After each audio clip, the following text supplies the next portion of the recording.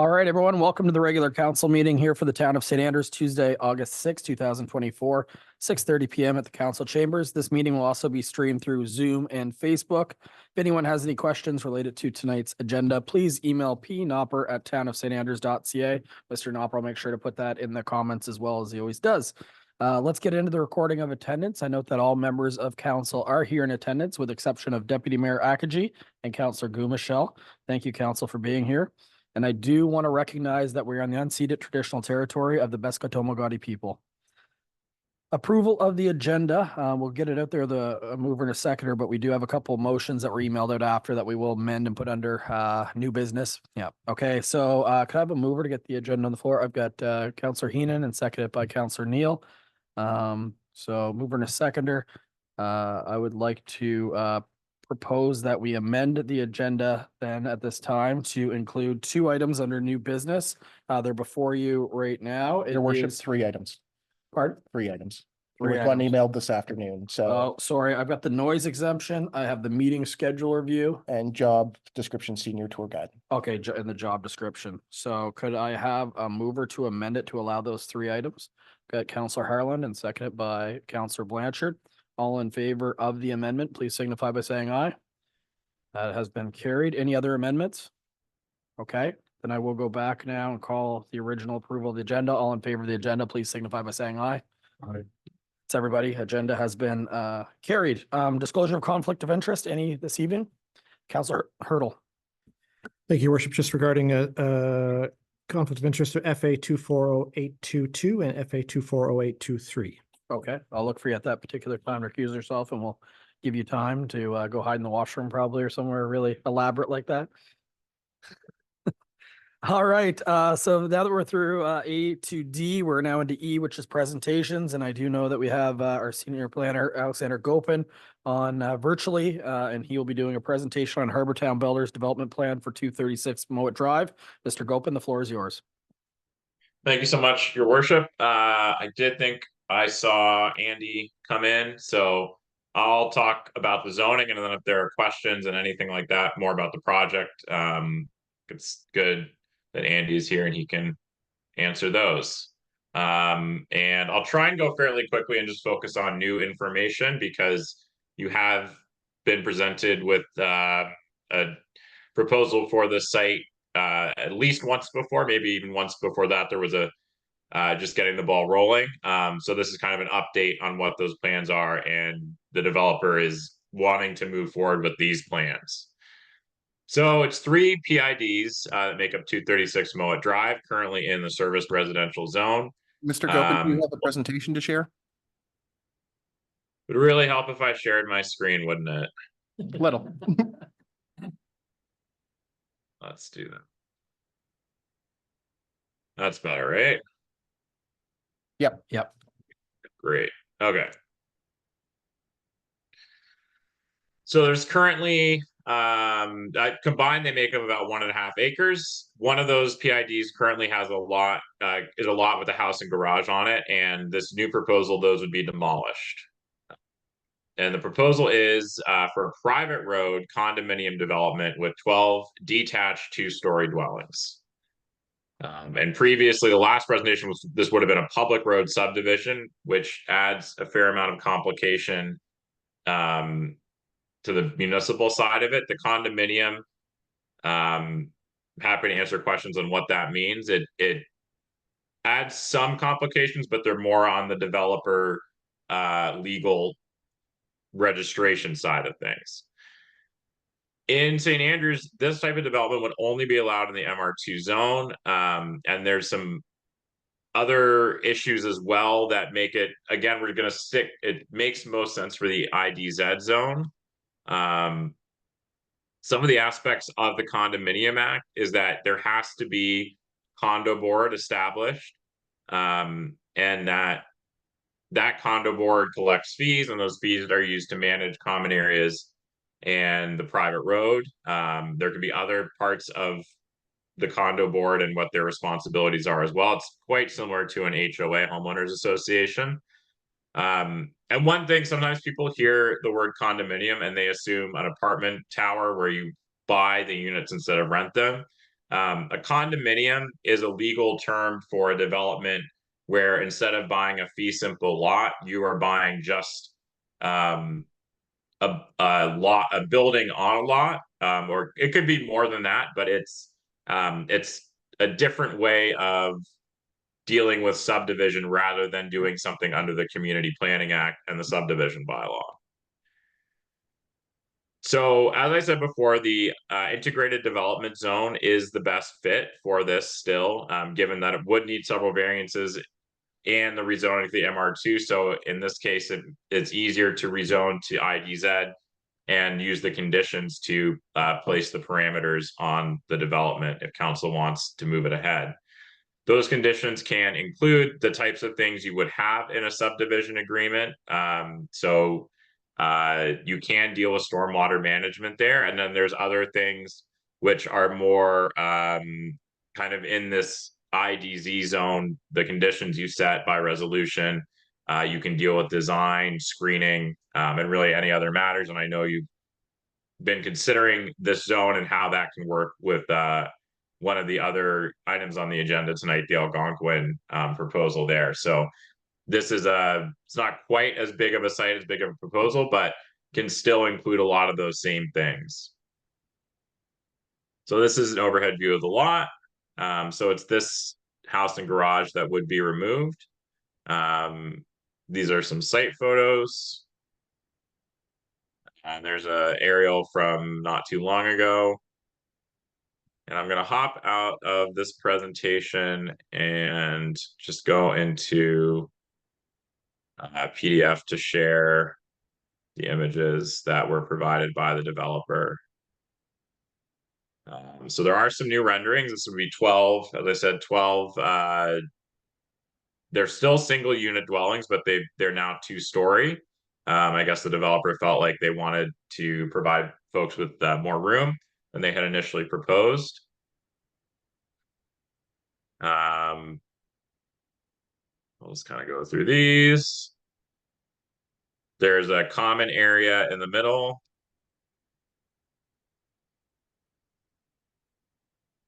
And the developer can maybe speak to some of the inspiration behind this newer design when they wish to speak.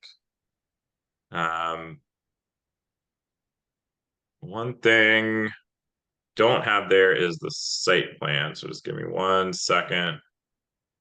Pull that up because that's worth seeing. One of the big shifts from the last presentation that I think is a good touch is it returns to a more pedestrian oriented style of development, whereas the previous one was a little bit more car friendly. This one is very clearly prioritizing pedestrians. I can find the site plan.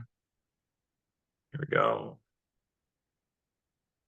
You'll be able to see that.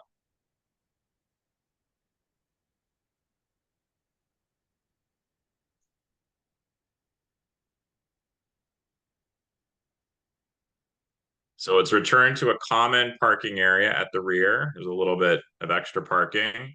And the idea is you would park there and then you would access the unit by foot. You might access it without a car at all for Mowat Drive. But this is a really more of the idea of what a pocket community is, the examples that you see. It's this very clearly pedestrian oriented type of community with common areas.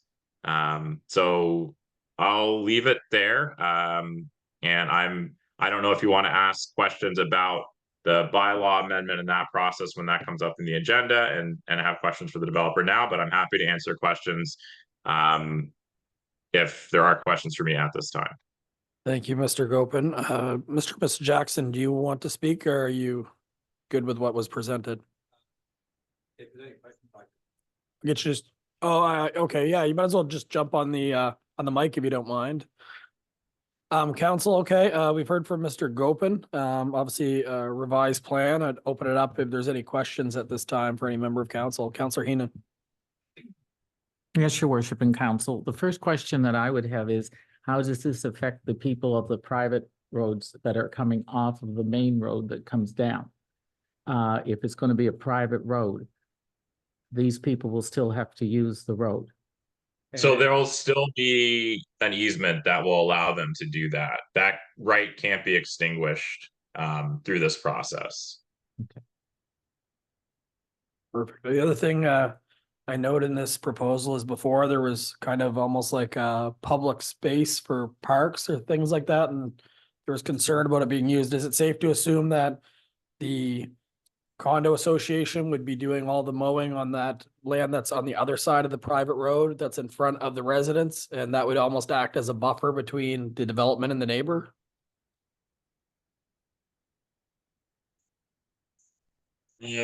So there's no requirement for land for public purposes when it's not a subdivision. So the land, there's no requirement to turn land over to the municipality, and I assume that all land would be managed by, all common areas would be managed by the condo association. Perfect. No, it's not that I expect that land to be for public use. It's just the original presentation. I think the last one, sorry, that we had indicated that there'd be like public space. And this one Yeah. looks like it would be maintained as part of the development, but there'd be no development there. So it actually kind of act like a buffer between the development and the neighbors is what I'm gathering this would work as. That's safe to say, Mr. Dice? Yeah. Any other questions, council? Mr. Spear? Thanks, Andy. I just had a quick question. So for the parking on this, I see you've only got 12 stalls. Oh, and there's extra over here for the extra for overflow. Okay. And how many's in that corner on the opposite side? 4? Looks like it's the 1.25 parking spots. Okay. Never mind. It's at the, there would be no variance for parking. That would be right at it, right? It actually, because these are, I mean, it could be dealt with through the IDZ zone, but if these were considered single unit dwellings, then they would only need 1 parking spot per. Perfect. Councilor Haney, another question? The second plan that we had solar panels. This is out in this one. It's not necessarily out. We had to scale back some things because of the design change, but it will be probably on the agenda as an option, as an upgrade, if they wanted to add it to the home. What is the approximate price you would be? What's your price point on them? For the homes, so we're still in the pricing phase at the moment. We're still trying to keep with the initial pricing concept, because with this add in 3 more additional units, we were able to bring the lot price down. So we're hoping it shouldn't change that much. Any other member of council? Oh, Councilor Blanchard. Yeah, just on the parking again, I guess. With those 4, the sort of the main parking lot, and then there's the 4 spaces just off to the side. Was there a reason why you added them on the side as opposed to just extending out that main parking lot a little bit further? I'm just looking to the one existing neighbor there, you know, putting those 4 parking spaces right in front of their sort of their unit as opposed to just keeping that as a green space. I'm just wondering. I noticed in the overhead map there is some trees there, I guess, that would have to be removed. Is that sort of why? Yeah, Sort of limiting? Yeah, we're trying to keep as much screening as possible, and then adding screening as well, so we can kind of keep some privacy for the neighbors as well. Anyone else? All right. Well, thank you very much. There is a motion later too, I believe, pertaining to this item, so we'll be circle back, but appreciate Mr. Gopen and Mr. and Mrs. Jackson for being here. All right, council, let's move ahead to the approval of the minutes from the previous meeting. The first one is the minutes of the 240702 public hearing of objections to amendment MP 20-02-03 and Z 22-09, which is the Algonquin Hotel, Tuesday, July 2nd, 2024, 6:30 PM. I'll be looking for a mover that these minutes be adopted. Could have someone please move. I've got Councilor Heenan, seconded by Councilor Blanchard. Any changes to those minutes? Seeing none, all in favor of approving those minutes, please signify by saying aye. Okay, that's done. And then the last minutes for this evening is the minutes of the 240702 regular council meeting, which is Tuesday, July 2nd, 2024, 6:45 PM. Once again, looking for a mover and a seconder. Got Councilor Harland and Councilor Blanchard, all in favor of adopting those minutes, please signify by saying aye. That's everybody. We are through the minutes. We are now into communications. We have a request to light up Town Hall in the month of September for Prostate Cancer Foundation of Canada. Does anyone have any concerns over that it's been pertaining in our package. Okay, I'm not seeing any concerns, so we'll just go ahead with that one. We're now into staff reports. I'll pass it over to you, Mr. Spear.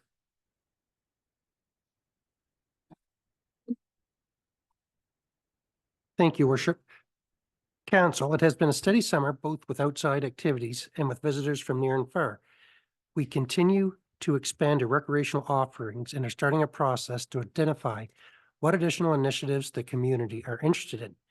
Thank you for this continuing opportunity to discuss the initiatives of your council and local government. With the lighter summer meeting schedule, the agenda is a bit heavier tonight regarding motions and discussions. On the agenda is a recommendation for the acceptance of a consultant for the Recreation Master Plan. This will be an important process as it relies on public consultation and an assessment of our current facilities to determine a path moving forward for programs and potential investments in new recreational offerings. If approved, the consultant can begin later this month. After a wide-scale water meter replacement program, we will be going to consumption-based billing in the fall for those customers who have been paying a flat fee. The first billing will likely be later than usual, as we have also upgraded equipment and software to initiate electronic readings instead of the manual readings we have been doing for many decades. This will increase efficiency at our end, as well as eliminate transcription errors. After we get through the first couple of billing cycles, the process should be seamless. Included in this package is an updated banking resolution that sets out our annual borrowing limits for the year.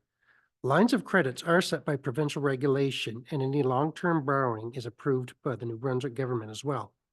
Our only new request is that consideration be given to increase our global credit card limit. In an environment where the world is your shopping mall, we frequently rely on out-of-province suppliers for items we cannot get locally. The same internal controls we use for more traditional purchasing methods are still in place, plus the statements are reviewed monthly by the Assistant Treasurer, Mayor, and CAO. Staff have brought back consideration for the Carry Rideshare service. As pointed out last meeting within the Motor Vehicle Act, permission needs to be given by council with this type of service to operate within a municipality. For the short-term duration of this pilot project, we recommend a resolution be given to allow permission.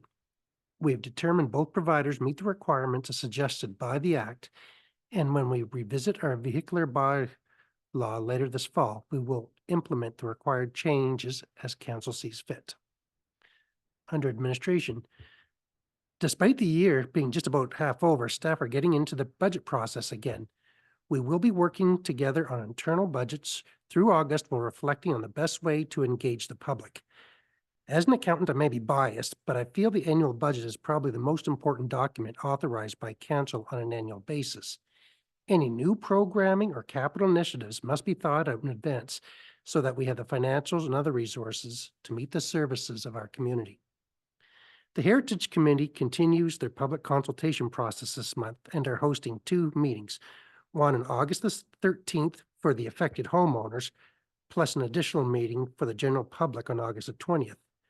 For discussion purposes, an early draft of the bylaw is available on our website or by stopping into Town Hall to get a copy. Council has not brought this for first reading yet and are eager to hear from the public. The initial document was drafted so interested parties could have a clear understanding of the initial recommendation of the committee. Personal letters were sent out to all the affected homeowners for an invite to the meeting. I wanted to provide a brief update on the proposed apartment complex behind the New Brunswick Community College. We are still very early in the concept stages with direction given to the architect last meeting by council on the proposed site and a high-level look of the building. Currently, we're awaiting final reports related to a phase 2 environmental impact assessment. In connection with the geotechnical report, this would allow us to advance to the next phase, which would be to develop a business model and look for funding partners. It needs to be noted there still will be public consultation required, as the current zoning does not allow for that housing at that location. In discussions with the community, It appears there's general acceptance of the proposal, but that we need to ensure that we follow the process in a warm and practical design. We will keep council and our citizens informed as progress is made. I'd also like to bring to the public's attention that construction has started on the corner of Water and Princess Royal Streets for the new retail and apartment complex. As the building is adjacent to the sidewalk, access to the sidewalk will be diverted to a walk around for the next several months. Services. The new tourist directional signs have been erected, replacing the older signs that have been up for 20 years or more and were out of date with some of their information. The new signs maintain the same theming while using larger font and made of material that are much easier to read. We will review whether we should consider additional locations for these signs in the future. The Recreation Department is having a very busy summer as the Canada Day weekend celebrations were expanded and well attended, plus the introduction of day-long camps have been added to our offerings. The available slots are 88% full, with parents opting to enroll their children in additional weeks after they get to live all the experiences the team is offering them on a weekly basis. Although based out of the arena, they have been all over town to experience the various facilities and organizations we have to offer. There is still room available this month, so please call or reach out through our webpage. The youth center is also active as they have shorter versions of day camps for elementary age kids, as well as other free activities for the local teen crowd. A reminder to the community that the 200th anniversary of Chestnut Hall, which currently houses the Ross Memorial Museum, will be taking place on August 24th from 2 to 4 p.m. They have worked hard to get ready for this event and have added new exhibits highlighting the history of the area. For many years, Sheriff Andrews' house has had a tent that children's programming and outdoor events were staged in, but after a couple of decades of service, it finally wore out. However, through funding from the Heritage Grant, we will be replacing that this year and hope to install it in the next couple of weeks. This will also allow those choosing to lunch at the picnic tables a location to avoid the sun and occasional rain. The post-pandemic construction surge has settled down somewhat as the planning report indicates we had 13 permits issued for July. To date in 2024, we've issued 68 permits at a value of $4.6 million. Over the same period last year, we had issued 69 permits for a value of $10.8 million. Although close to the same amount of permits have been issued, there have been smaller builds equating to smaller values. August is always a great month in St. Andrews. Over the last few years, it seems to bring our best weather with more sun and less fog. With the additional trails ready to be opened, as well as the various events, please get out and enjoy your community. It is also a good time to get involved in the various consultations we have going on. If you are unable to make the in-person events, staff are happy to provide you with information so that you can provide feedback to us and participate in the process. Respectfully submitted, Chris Spear, CAO. Perfect, Mr. Spear, thank you. Anything you want to highlight as far as the financials this evening, or? Nothing really, Your Worship, that we are on budget. In fact, a little bit ahead of budget.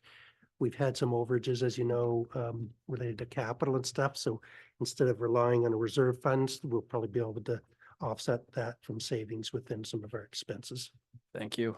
Council, you've got your staff reports contained within. Is there any questions related to the staff reports? Councilor Blanchard. Just a quick question, Mr. Spear, you mentioned the development on Water and Princess Royal. Do we have, did they provide an expected sort of completion date for that? I know the construction's underway now, but. It's probably going to be about a year to 14 months, I think, 2 years, 2 full years. Okay, all right. For thanks. everything to be completed. Anyone else? All right, with that, let's have a motion to accept the staff reports as presented. I've got Councillor Heenan and seconded by Councillor Hurdle. We already asked questions, so all in favor of accepting the staff reports, please signify by saying aye. Aye. That is everybody. We're off that item. We're now getting into the introduction, consideration, and passing of bylaws and motions. And the first one will go to Councillor Heenan. Thank you, Your Worship and Council. This is reference number PCD 240501. Amendments MP 20-02-03 to the secondary municipal plan MP 20-02 and Z 22-01 to the zoning bylaw Z 22-01 for PIDs 15164-718 and 01324-2844 742039 in B limited second reading.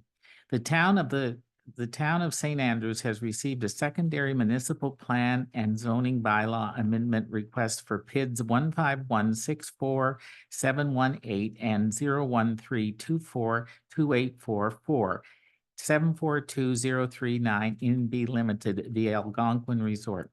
The applicant is seeking to move from tourist commercial zone to integrated development zone to carry out a special purpose development on 2 areas of land. The proposed plans would not fit within the tourist commercial zone and would not conform with the height and massing requirements of the secondary municipal plan.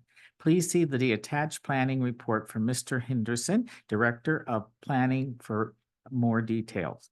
The following is the bylaw process to follow. Public presentation happened May 6, 2024.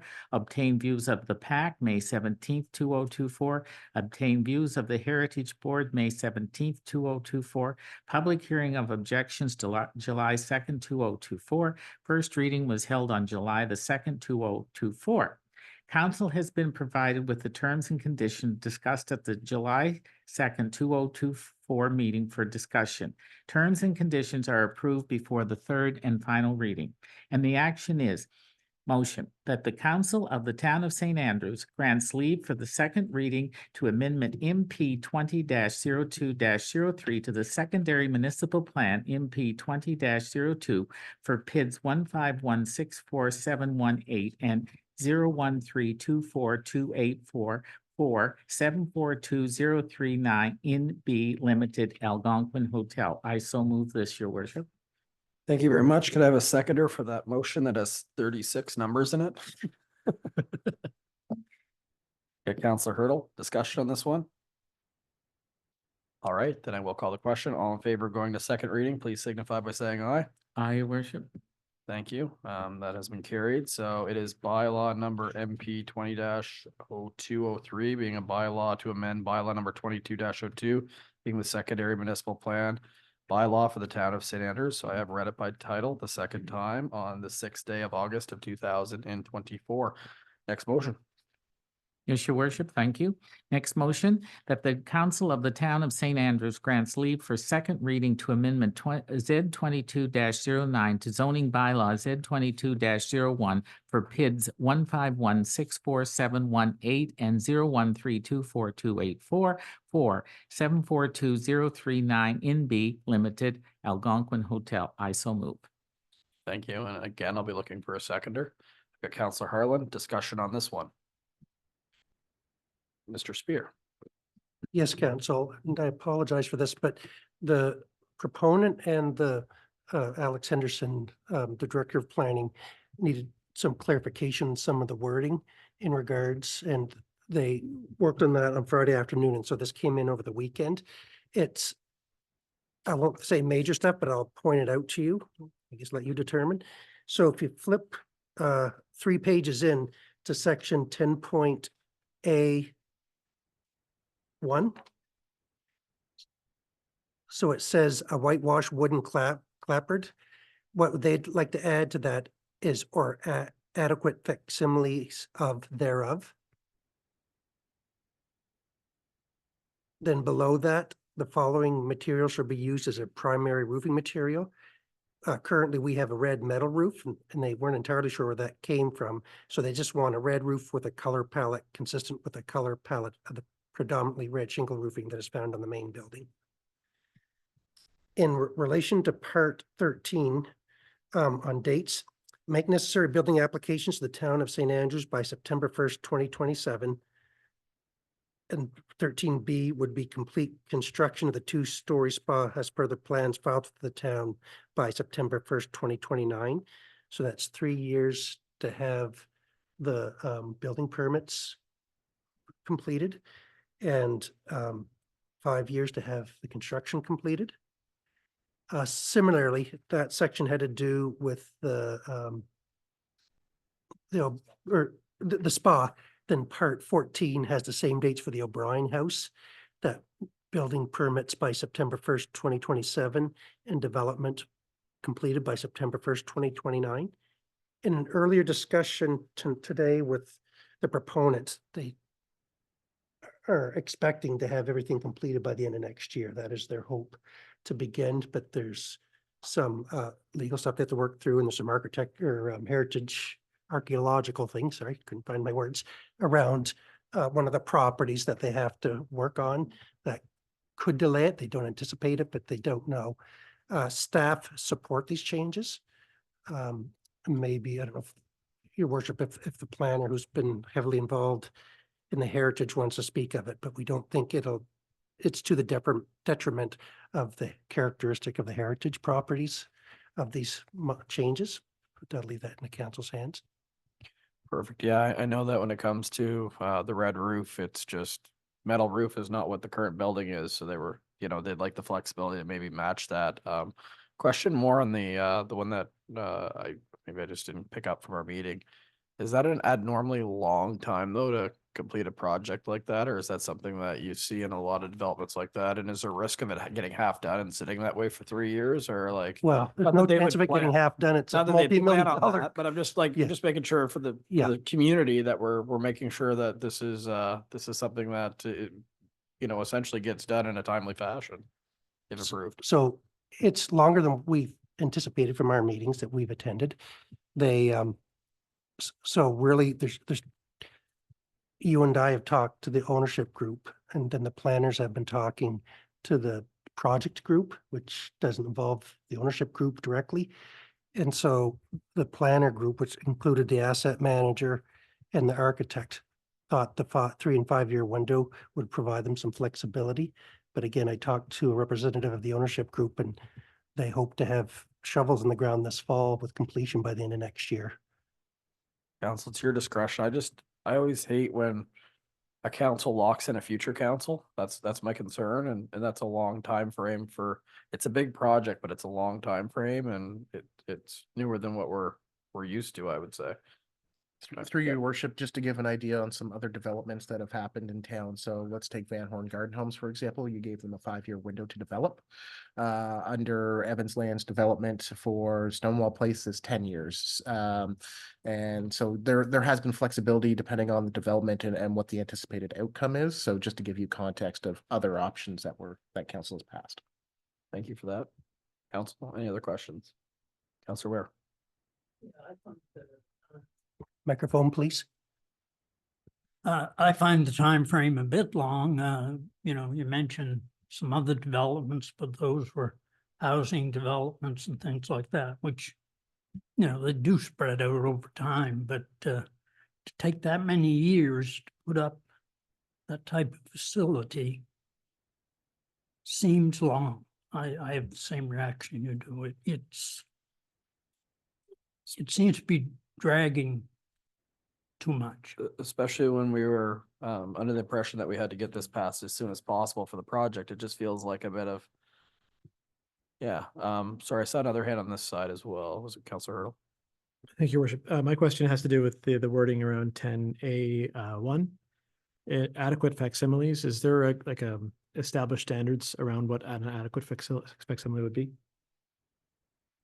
I I think if can so- speak. yes, please. So that's the language we use in the secondary municipal plan for materials in the historic business district. And it's generally includes things like cement fiberboard, which appears very similar to clapboard, and you can do shingles with it as well. It's just a much more durable material. And I'm not so I haven't been working super closely on this bylaw. I'm not sure if that definition was included in the zoning amendment. If it's not defined, we would look to the secondary municipal plan, since that's an established definition in the town. Thank you. Councilor Heenan. Yes, your worship. I agree with Councillor Weir.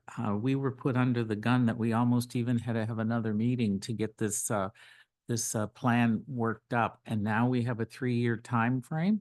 Like I find it, we were under the gun to get the product done, get the everything done, and now we're having a 3-year. It's too long. I'm sorry, but it is too long for me. Thank you, Your Worship.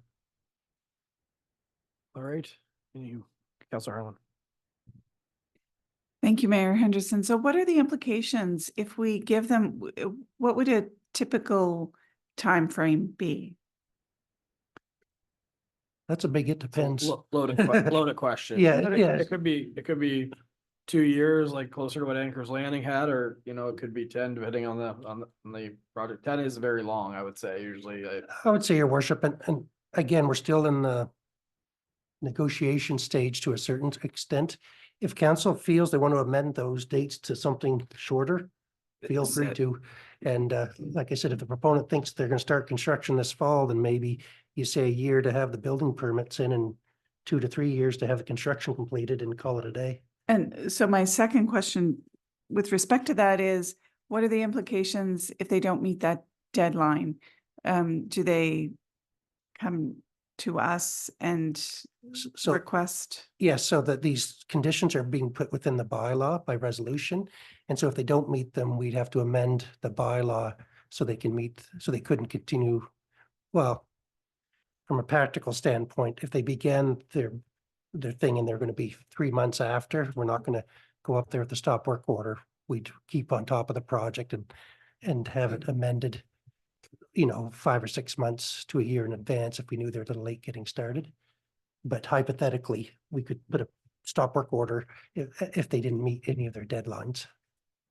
Okay, thank you. Councillor Ware, I saw his hand.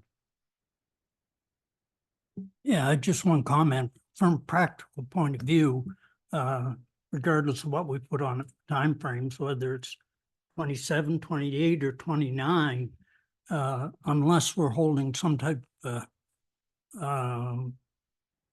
bond, performance bond, what are we going to do? We're just going to give them an extension. So unless we're willing to put a performance bond in place for enough money to make it worthwhile for them to meet the deadlines, you know, just come back and say, no, we're not done yet. Yeah, to that point, like Anchor's Landing, when it was originally built, it did have a performance bond associated with that. Mr. Spear, I saw your hand. Yeah, just to touch on that, Your Worship, I guess there's a couple of things. So Councillor Ware is correct. Although that's becoming an outdated method, a lot of the other municipalities don't. They just rely on the reputation of the contractors. And well, it's the reality. You know, I'd rather have a performance bond on. The other thing is a little different with some of these other housing developments because they were integrating into our municipal infrastructure.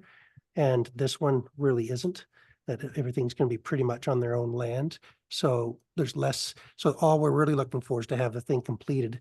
And I guess it goes back to, once they get started, they probably can't afford not to complete it, to be perfectly honest.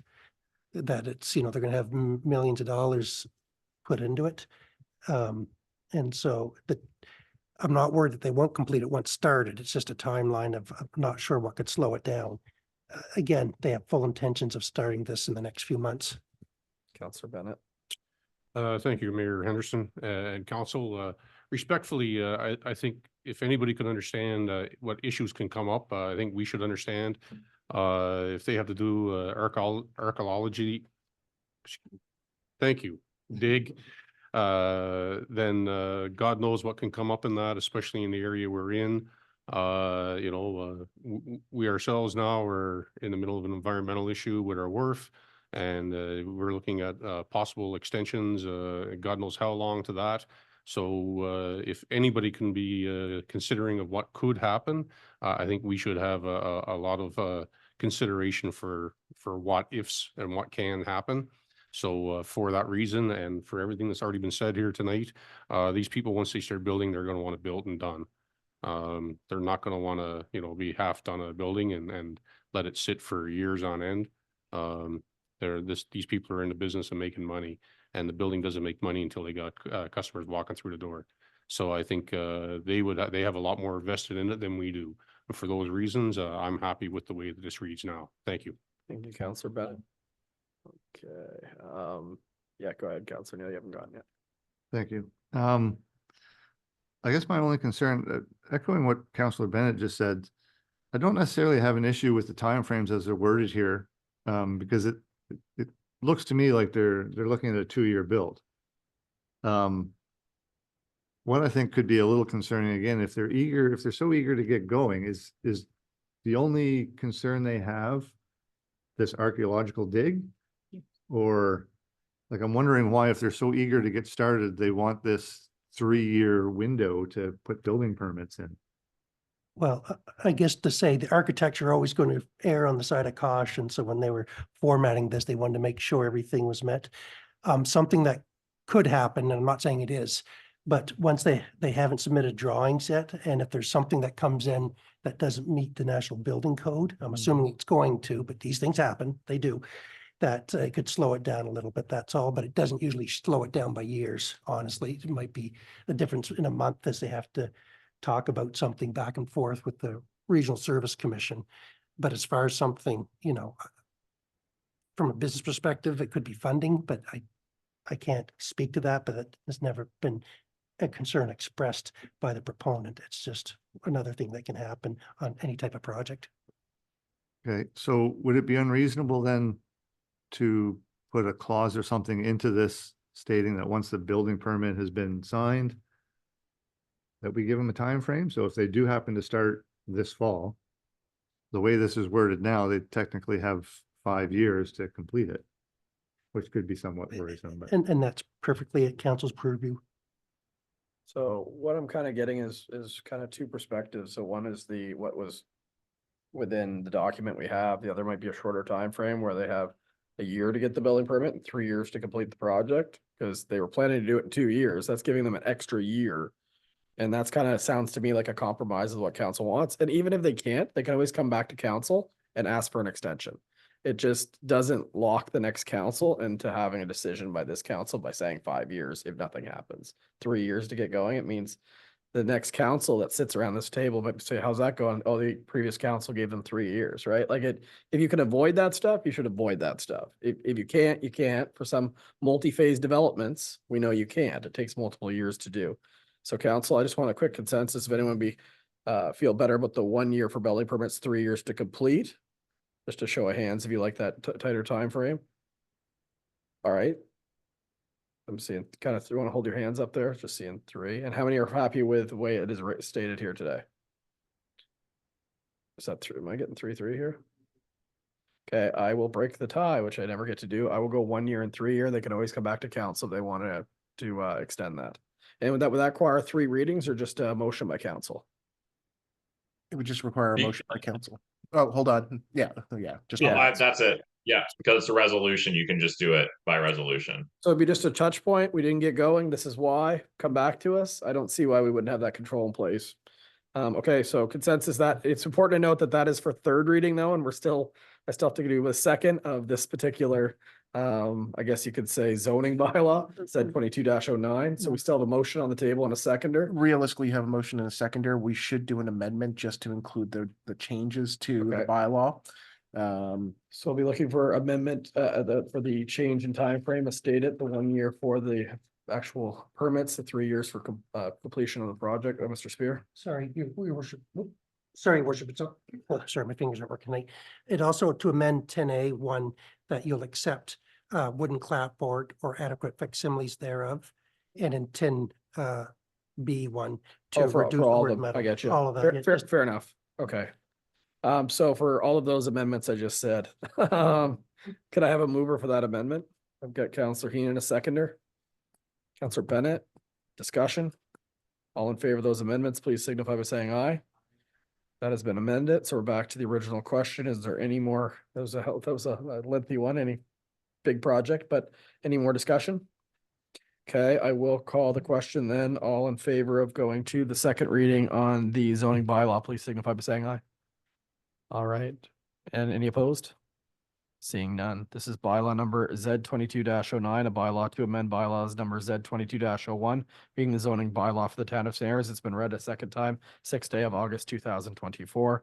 We're off that one and we're over to Councillor Harland. Thank you, Mayor Henderson. So this is reference number PCD 240702. And the subject is amendment Z 22-10 to the zoning bylaw Z 22-01, PIDs 15025083 and 01326214 and 01325406. 236 Mowat Drive, Harbour Town Builders call for public hearing of objections and views of the Planning Advisory Committee. The background is as follows. The town of St. Andrews has received a rezoning request for PIDs 15025083, 01326214, and 01325406 for 236 Mowat Drive from Harbour Town Builders. They are looking to create a small subdivision of 2-story homes. Please see the attached planning report from Alexander's Gopen, Senior Planner, for more details. Note that Harbour Town Builders presented to council twice this year on this subdivision concept, but has since made changes based on comments received on July 2nd, 2024. The bylaw process is as follows. Public presentation today, August 6th, 2024. Views of the Planning Advisory Committee, public hearing of objections, first reading, second reading, third and final reading. Note that there would be the need to be a subdivision. There would be a need to be a subdivision agreement in place before the third and final reading. Additionally, Harbour Town Builders may be seeking support from the town for a public road and infrastructure. Staff will provide more details at a later date. The motion is as follows, that the Council of the Town of St. Andrews obtains views of the Planning Advisory Committee to amendment Z 22-10 to the zoning bylaw Z 22-01 for PIDs 15025083, 01326214, and 01325406 for 236 Mowat Drive for Harbour Town Builders as per the Community Planning Act, Section 110, and I so move. Thank you, Councillor Harland. A seconder for that one. I've got Councillor Neal. Discussion? Councillor Heenan. Yes, your worship. It mentions here that Harbour Town Builders may be seeking support from the town for public road and infrastructure. Did we not agree it's going to be a private road now? Yeah, Right. I'm seeing through the town clerk that is correct. Yes. Yeah, so that's for the background though, right? Yeah. Councillor. Is that just a holdover from the last time? I don't think that's accurate anymore. Yeah, that's correct, Mr. Gopen. Okay, but it's not in the motion, so it's just the background, but it's good to clarify that. Councillor Hurdle. Thank you, your worship. Just first off, wanted to say thank you very much to Harbour Town for coming up with a very innovative and creative design concept, and I think something that looks really great and enhances walkability in the green space as well. So thank you. My only concern would be the existing structure that's there now. I can't really see past the hedge, and I've never looked that closely. If there's any heritage value in that home at all, I don't know when it was built. I don't think it's that old, but again, I don't know the building that well. So is there any concern from that point of view? We'll have to review that. Top of my head, I don't think so, but to be honest, I don't have the list right in front of me. Mr. Gopen, have you? Yeah, off the top of my head, I mean, I certainly have seen it when I did my site visit. It didn't strike me as anything in all the work we've been doing on the heritage stuff. Good question. We'll review it. The list is already Don't made think- in the proposed heritage bylaw, so we'll see if it's identified in there or not. But to that point, the staff can review it and they could put terms and conditions on the rezoning that be part of the process if it is deemed that it's a heritage building. You could put that any material that is in the same words of what the proposed heritage bylaw. Keep in mind the heritage bylaw would not apply out there even if it was intact. Okay. All right. Anyone else? Okay, let's call the question. All in favor of that motion, please signify by saying aye. Aye. That's everybody. That's been carried. Next motion. The next motion is that the Council of the Town of St. Andrews sets the date of Tuesday, September the 3rd, 2024 at 6:30 for a public hearing of objection to Amendment Z 22-10 to the zoning bylaw Z 22-01 for PIDs 15025083, 01326214, and 01325406 for 236 Mowat Drive for Harbour Town Builders as per the Community Planning Act, Section 111. And I so move. And once again, I'll be looking for the seconder for that one. Counselor Neal, discussion on that one. Okay, all in favor of setting September 3rd, please signify by saying aye. Aye. That's everybody. That hearing of objections has been set, and that would end that item. So we'll jump ahead right now to the discussion on the request for support for Wesley United Church on guaranteed basic living income. I don't know if staff, you're gonna lead this, but I know that we had a discussion during a work session. It was a request that we send kind of a letter of support from the municipality. And we kind of had some difference of opinion between, not necessarily that people shouldn't have it, it's just, should the municipality be the one? Do we have enough information? How does it impact businesses? But then there's also the principle of how everybody should be above the poverty line, especially if they're working, right? So there was two sides to that one. If I very quickly summarized it, but council, I guess we're gonna have a discussion on if you'd like me to send a letter or not. Is that what it essentially is? Through your worship, actually, part of the discussion was that if council can lobby within the processes to other levels of government through different processes, if there's a pilot project or some opportunities to send letters or other ways to support this, that would be council's prerogative and sort of what they're asking for within that within the request. So you do have the background in front of you. I was able to do some digging on some different programs that have been offered since the 1970s that have been effective. I know that the Senate is looking at two separate bills and processes and study of this. There was a directive through the last federal government's processes to look at guaranteed basic living income. But beyond that, no programs have been offered in New Brunswick at this time, or an official federal program offered. Beyond that, council, you have the information that we have. Thank you. I appreciate that, Mr. Nopper. Council, so just, I know we discussed it a little bit, just we want to open it back up, or you just want to just do a show of hands? How many would like us to do that? Just signify by saying aye, just hold your hand up, and we'll do a count. And if you don't, I'll ask the question after that. How many would like to see us lobby? Also send that letter, and just be an active thing that we pretty much add under our, if you look at our council priorities, there was one that had lobbying, and there's a list there. We should really get back to that. But if you guys put this forward, and girls, then I'll put it back. I'll put that with the other ones that we have ongoing. So quick show of hands if you would like this to be added. That is majority, so we'll add it in. And I don't think we need to revisit everything, council. If you're okay, it's a big agenda. Is everyone okay with that? We'll just add it in and go from there. Your worship, at the next meeting, we'll bring forward a motion unless you want to make a motion now, there is an example motion there of support if you wish. You should have a formal motion of council. Okay, so the formal motion could have a mover that basically council supports the Wesley United Church. What's the word I'm looking for? It's not a motion, but they're here. Your worship, there is an example motion here that. Oh, is there one right there? Yeah, so that the Okay. Council of the Town of St. Andrews supports the development and implementation of a guaranteed basic living income program and will advocate to other levels of government in support of this program. Perfect. You nailed that. Very well done. Could I have a mover for that? Counselor Heenan, seconded by Counselor Harland. All in favor of that motion, please signify by saying aye. Any opposed? One opposed. Please note the name, Mr. Nopper. We will move on now to Finance and Administration. Would anybody like to play the role of Deputy Mayor Akaji this evening? I've got Counselor Heenan very quick wanting to be be the Deputy Mayor. Go ahead. Yes, your worship. Councillor Heenan, could you, wait, FA. Councillor Heenan, Yes. Oh, sorry. Oh, I'm sorry, Counselor. Both side. Cooler. Okay. Okay now? Yep.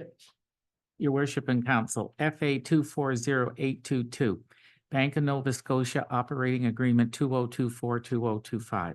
Under the Local Governments Act and its regulation, municipalities are allowed short-term operating loans to cover their day-to-day expenses. The amounts are as follows: general operating fund up to 4% of the general operating fund budget, or $300,000. Utility operating fund up to 50,000 or 50% of utility operating fund, or 400,000. As a line of credit, we only borrow when necessary. Over the last couple of years, we have only accessed them once. However, with the wharf project upcoming, that will likely increase. In addition, council already authorized and received authority from the Municipal Capital Borrowing Board for the wharf project. Interim funding related to that is supplied by our banking partner and requires its own motion. With online purchases becoming more common, we are using the town Visa more often. Visa balance are paid monthly, 15 days after closing date. Occasionally, we have 45 days worth of purchases on it and reach the limit on the Visa. Following all procurement policies standards, we request an increase in the Visa limit to $30,000. The action is, be it moved that the mayor and treasurer or the assistant treasurer are hereby authorized to borrow on behalf of the town of St. Andrews from the Bank of Nova Scotia from time to time by way of a promissory note, a sum or sums not exceeding, nay, one time $300,000 to meet current expenditures of general operating fund, and $400,000 to meet current expenditures of the utility operating fund of the corporation for the year of 2024-25. And be it moved that the mayor, deputy mayor, and the treasurer, assistant treasurer are hereby authorized to borrow on behalf of the town of St. Andrews from the Bank of Nova Scotia from time to time by way of a promissory note, sum or sums not exceeding any one time $2,200,000 towards Market Square and Market Square refurbishment. I so move it, your worship. Seconder for that one. Councilor Harlan, discussion on this one. Okay, all in favor of this motion, please signify by saying aye. Aye, your worship. That's everybody. It's been carried. Next motion. Yes, your worship. Motion. Be it moved that the council of the town of St. Andrews approves the Bank of Nova Scotia Visa card limit increase to $30,000. I so move. Seconder once again. Got Councilor Blanchard. Discussion on this one. All in favor of this motion, please signify by saying aye. Aye, your worship. That has been approved. We will let Councilor Hurdle come back before we jump over to the annual report.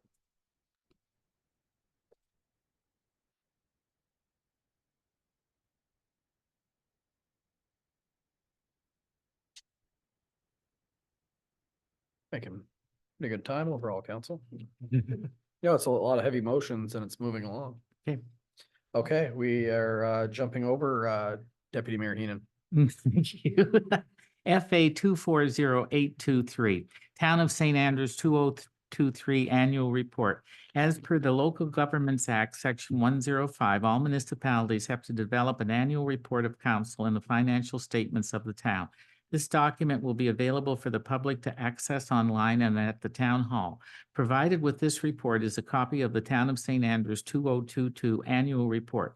The document highlights: 1, introduction and community profile, Municipal Council of 2023, review of councilors' attendance at regular and special council meetings, review of closed sessions meetings of council, grants issued by the Town of St. Andrews, municipal corporation information and municipal salary ranges, audited financial statements from 2023, all motions of council from 2023.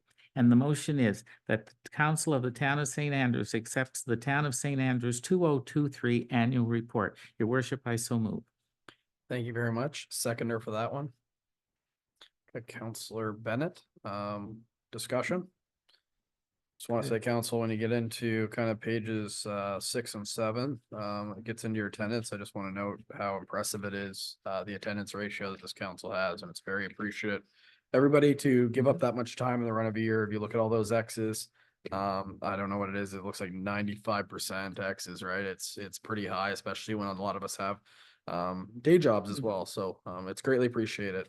So with that being said, call the question. All in favor of accepting that report, which Mr. Knopper puts together, which is a pile of work. I would also like to point out Nancy Cooper for all of her hard Oh, work that okay, has helped perfect. put together. Never mind. I don't deck. recognize you, Nancy Cooper. Bye-bye. Thank you very much. She's probably watching, Nancy. I don't want to owe you another gift card. So, all in favor of this motion, please signify by saying aye. That is everybody. It has been carried. So you absolutely can. I just want to thank the staff for putting a picture in on page 110 of the south line of my property. And now you understand why I stay in Bayside. Thank you, Counselor Ware. All right, let's jump ahead to Public Works and Public Safety, and I think Counselor Bennett is first. Thank you, Mayor Henderson. Reference number PWPS 240802. Subject amendment A-6 to bylaw number 19-07, water systems, water rates, wastewater systems and wastewater rates. And the background reads, in 2019, the council of the day decided we needed to go to flat rate billing as we took on a major project to upgrade the water meters for many of our customers. To promote conservation and fairness across the system, council has invested in new equipment, staff resources, and new software. Staff gathered opening readings in the spring so we can go to full consumption-based billing this fall. It should be noted that the exception is low. Note that the exception is low users will see a small decrease. The high volume consumers will see a significant increase from flat rate from 20 to 30% increase. And the motion reads that the council of the town of St. Andrews adopts amendment A-6 to bylaw number 19-07, a bylaw relating to water systems, water rates, wastewater systems, and wastewater rates, and I so move. Perfect. Could I have a seconder? I've got Counselor Heenan. Open up to discussion. Counselor Heenan. Yes, your worship and council, I would just like to give a pat on the back to the people, the staff who have taken it on to do all of this. I mean, it's been a big, big job, and I just like to say thank you. Thank you, Counselor Heenan. The truth is, in 2019, it was something we reverted back on. It's been flat rate billing a lot longer than that, and we talk about kind of some of the actions that we have to do for environment and the fact that people can, to some degree, put whatever amount of water they want on their lawn when there's droughts and things like that. At least now, if you're going to be using it, you're going to be paying for it. And then senior citizens that live in this community paying the exact same rate as myself with a family of 5, that the washing machine doesn't seem to stop. It's not fair. It's not fair. And I think this will be a great step for conservation in our community. It's the right thing to do. And as well, if people are trying to cut costs, one way they could do it is use less water, which is a good practice. So council, any other debate that you'd like to add to this one? Okay, I will call the question. All in. Yep. Just a quick question around the rate itself, where it was drawn from and how it was determined. So when I guess like 2,500 gallons, it works out to a certain mathematical equation, but then 25,000 gallons is not that much of a difference really relative. Can you just explain that a little bit? Sure. So there's a methodology put out by I think it's the AWWA, the American Water and Wastewater Association, that comes up, and it's a combination of the base rate, which is basically paying for the equipment to get the water from the plant to people's homes, and then the consumption portion. Back in 2 previous councils ago, I think 2017, 2018, actually wrote it in your report, 2018, there was a pair of gentlemen from Nova Scotia that came over. In Nova Scotia, all water utilities, at least at that time, had to go to the equivalent of the utility rates board and make a presentation based on these rates. So these types of studies are very common in other jurisdictions across New Brunswick. So a lot of it's based on depreciation, what everything looks like, how much investment is just going to be in the system, how much consumption is typically used, the cost of the different pipe sizes. So this is only the small residential users. So bigger properties, I won't name names, but like there's some that use millions of gallons are going to pay 50 times more. We've got bills that are $40,000, $50,000, for instance. So it's a common methodology. It's supposed to be done every 4 or 5 years, but a lot of it relies on the credibility of your data, especially on how much your consumers are using. So I'm going to suggest we're probably 2 or 3 years away before we have enough reliable data to be able to complete that again. And then at that time, we'll have a better idea of our asset management plan. Terry's been very good in keeping up with it, but we'll have it all laid out for a 10-year window or so, and then we can do a recalculation and see where rates should be.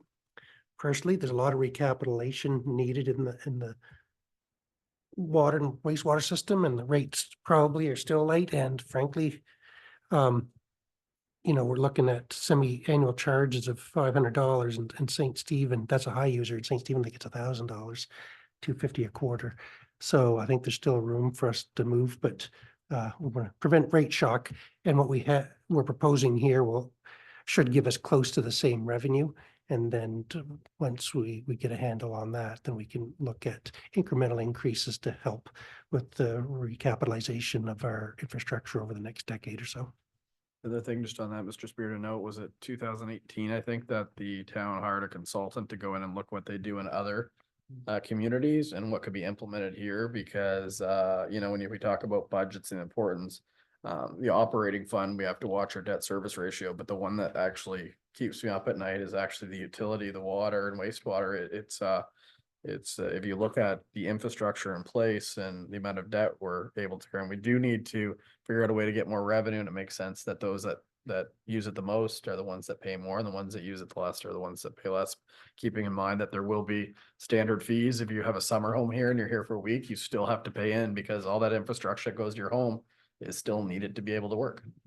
To that, excuse me, if I'm allowed to ask a Yeah, for sure. To that effect, is this in a sense a way to phase in the cost? Because when I look at this as obviously not an expert in this field, it appears to favor the higher end users, as the fact that if you're using 10 times as much water as the low end user, you're paying less than half as much, or less than twice as much more. So it just seems to be a bit of a disconnect with how that gets phased in. So another way to look at it is like owning a car. So there's a base cost of owning a car, whether you drive at 2,500 kilometers a year or 25,000 kilometers a year. And as the mayor was putting towards the operating costs are insignificant in the utility compared to the capital cost. And so that's why. So for those that don't use a lot, it's a hard thing to say, but the privilege of having the water available to use is a big cost. And then the consumption is incremental on that. So I think what we're seeing here, the majority of the cost is the infrastructure versus the Absolutely. Thank you. Perfect. Any other questions? All right, I'll call it then. All in favor of adopting this amendment, please signify by saying aye.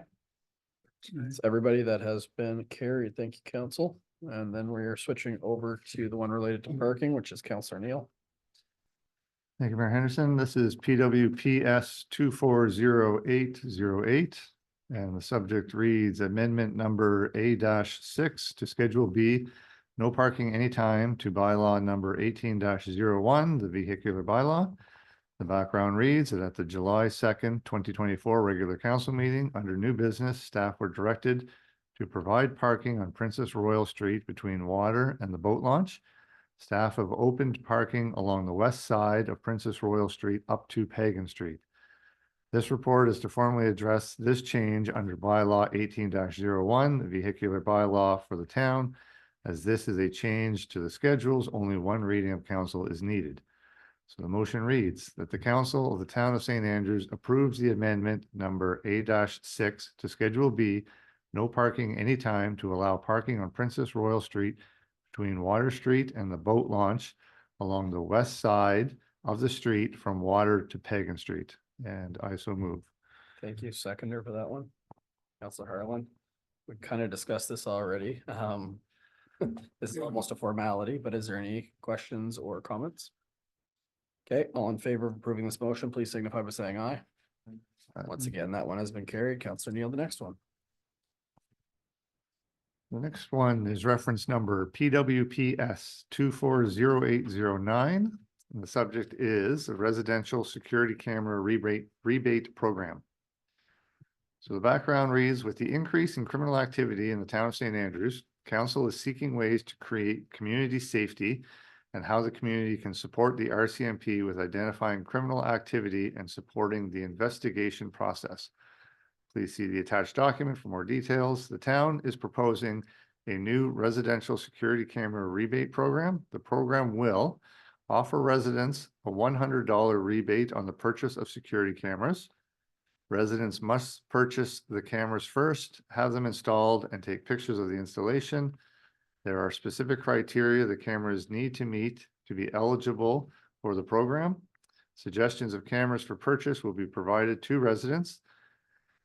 Residents will fill out an application form along with pictures of cameras installed and a copy of the receipt for the purchase of cameras. To be eligible for the rebate, residents will be committed to providing security camera footage to the town and the RCMP to help with criminal investigations. To start the program, the town is offering 50 first-come, first-served rebates. The first round of operation of the program will run from, if approved, August 7th, 2024 to October 31st, 2024, or until all funds have been distributed. Depending on the success of the program, council can look to budget funds for 2025 year to continue the program. The motion reads that the council of the town of St. Andrews approves the residential security camera rebate program for 2024. And I so move. Thank you, Counselor Neal. I'll be looking for a seconder for that motion. Counselor Heenan, discussion on this one? Okay, I've got a few. Go, Counselor Whalen, we'll go to Counselor Heenan. I think we may be fooling ourselves a little bit on this one, in that these cameras we're looking at funding really won't accomplish what we hope they will. Most of them are very low end. Happened to pick one out and bring it with me. You know, in order to get the recording, you have to go in here, pull out your micro SD card, put it in your computer or whatever, and have a look at it. Now, if this is up on your eaves or somewhere, you got to get a step ladder and go up there. My experience with this type of camera is it wears out very quickly on people. They're not interested in crawling up there and digging these micro SD cards out. They only last for a few days. And, you know, what they're commonly used for is you log into them with your cell phone and you have a look around what's going on around your house. And I don't think we'll get the recorded footage that we would like. I think this is from my dog. But you know, I think we may be expecting more than we're going to get. It just doesn't do the trick. Not enough storage, and it's not readily available. The other type is something like this. This is a Lorex, which is wireless, hooked into an NVR, which is a network video recorder. This camera processes the digital image, transmits it to the NVR. The NVR has a 1 terabyte drive in it. So it's about 3 months of recording on there before I have to erase it and start over. In fact, it'll erase itself. It'll just keep recording over. These ones, you know, for $300 to $400, you can get 2 cameras and an NVR. And the NVR is capable of handling up to 8 cameras.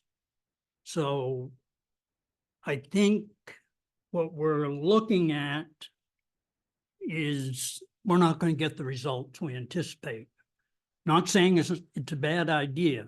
It's just that I think we're going to be disappointed with the results. I looked after security from 15 years at the port, and RCMP used to come in and look periodically, but I had DVRs and NVRs, and they could go back several weeks and look. Remember, one was a murder case. They wanted to see if they had dumped the body off the wharf, and, you know, they went through and everything's dated and they could look at it, but, so those are my comments. I'm not saying it's a bad program. I just don't think we'll accomplish what we want to. Thank you, Counselor Well. Pass it over to Counselor Heen. I just wanted to say that there is different systems. For example, my system, if someone's checking my doors on my car at night, I actually get a notification on my phone and I could pick it up and call the police and say somebody is in my neighborhood right now checking the doors. And I think that's the purpose behind it. You see a lot of the crime right now, what's happening across Charlotte County, hoods up. You know, look at the one that happened at Milltown Convenience. Like, you know, they look like Kenny from South Park. You couldn't see their face. They had it all covered up. So I don't know if it necessarily will lead necessarily to an arrest for the evidence side, but I think that there's an opportunity to the more you have is the more information you can collect. And I think it's also a proactive measure that the community can say that we are doing something to try to make this community safer within the powers that we have. We can lobby against RCMP to say we need more coverage. We can lobby against the court system that continues to do catch and release and that we're seeing across Charlotte County. We can lobby to get more addiction services, more mental health services, and all these factors that are together. But the truth is, this is one of the few things that we ourselves can control. But I do hear your point. If you do not have the right system, it's a pile of work. But for me, myself, I can literally just hit save video and I could send it right to the police. It's how easy it is for me. I can email it right away. It pops up on my phone and says, person spotted in your driveway, person spotted in your backyard. It'll tell you where it is. And also, my system was $600. Also has facial recognition. So if it was one of my kids coming home, it would say their name right on it. And again, that's a $600 system with no monthly monitoring. So depending to your point, what system you get, it may be of benefit, it may not be, but I think if you have 50 cameras more in your community, if people do decide, I do think it does make it a safer community. And I look at the fire that happened in St. Stephen where the boat caught fire. Only reason they caught who it was is because they saw him on one of the cameras that he was crossing in the backyard and were able to identify him on the way there. So, Councillor Heenan. Yes, Your Worship. Well, it makes me add to Councillor Weir's comments. First off, I believe it's a deterrent. No matter what kind of a system you have, it's a deterrent. Secondly, I've never climbed a ladder to see my system, and I'm in Alaska, and I can tell who's in my yard and the license plate and the person that's in it. It was a $56 doorbell cam. So I can see it in Alaska. I can push record as the mayor said, and I don't have any troubles at all in knowing. Someone accused me actually of my dumpster upsetting while I was away. It wasn't mine. I found it on the camera. So it's as good as that. And the third question that I started out with is, are seasonal residents who have houses here allowed to apply for this? Or is it just full-time residents? The way it reads today is it's residents, so you're a taxpayer of the town of St. Andrews and have a residential home. It's Yeah. not business at this time. Right? Because I did talk to staff about that. Yes. Maybe that's a phase later, but you could also oversaturate the same area. Mhm. The hope is between the wards of Shamquik Bayside and St. Andrews, we get a few more cameras. Yes. And where this all came from, just to remind council, is we originally had a proposal from NB Power or for the like a light pole camera. It was low resolution, and the cost of one of those cameras was almost equivalent to what this whole pilot project was going to be. And that's where this kind of evolved and came back. Good question, though. Yes. Anyone else? Okay, all in favor of this motion, please signify by saying aye. And that's everybody, so it has been carried. The next motion would be. Your worship, just to carry on, to give staff maybe a week, we'll put get the applications ready and people can either download them or something. Do you want to just set a date now, just so we can make the public aware? It's the 6th now. Want to give yourself? The 12th, so it's next Monday morning.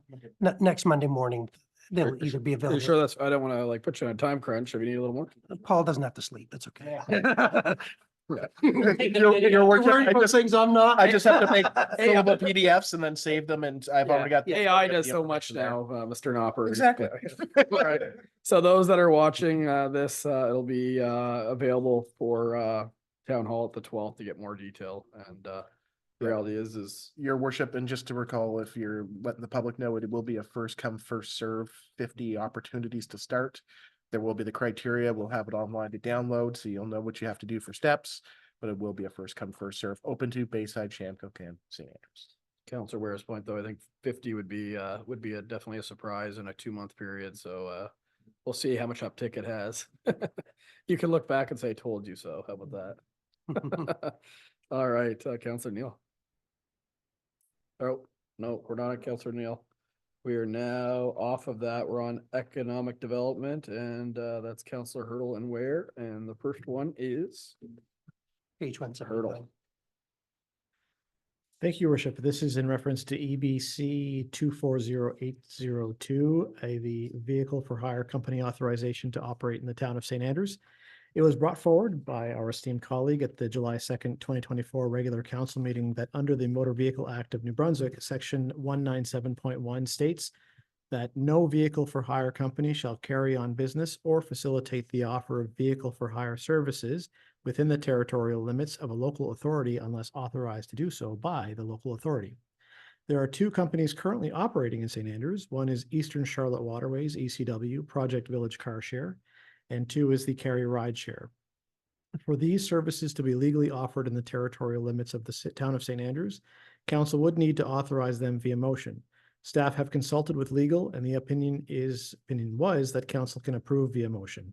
Staff are recommending approval of both services until December 31st, 2024, so staff can prepare either a new bylaw for rideshare services or add to the vehicular bylaw. And the motion before us is that the council of the town of St. Andrews authorizes Eastern Charlotte Waterways under the Project Village Car Share Program to operate within the municipal limits as outlined under the Motor Vehicle Act of New Brunswick 197.1 until December 31st, 2024, and I so move. Thank you. Seconder. Okay, Counselor Blanchard, discussion on this one. Thank you, Counselor Ware, for bringing this forward. So we were aware that this needed to be done. So all in favor of this motion, please signify by saying aye. Any opposed? That's no one. It's been carried. Next motion. This motion is that the council of the town of St. Andrews authorizes Carry Rideshare to operate within the municipal limits as outlined under the Motor Vehicle Act of New Brunswick 197.1 until December 31st, 2024, and I so move. Once again, seconder. Ooh, there's like a bunch. I think Counselor Neal won that one. Pretty much the same. All in favor of that motion, please signify by saying aye. That's everybody. That has been carried. And we are, speaking of carry, moving along, Counselor Hurdle. Oh, so Counselor Ware, I guess this one is. It says both. I'm confused. Top of Hurdle. Where I guess this one is. EBC 240605, Carry Rideshare proposal for St. Andrews. Carry is a PEI-based rideshare startup that has seen success in expanding services to rural areas in the Maritimes. They currently began services in the St. Stephen area with financial assistance from future St. Stephen, and were queried about offering services in St. Andrews.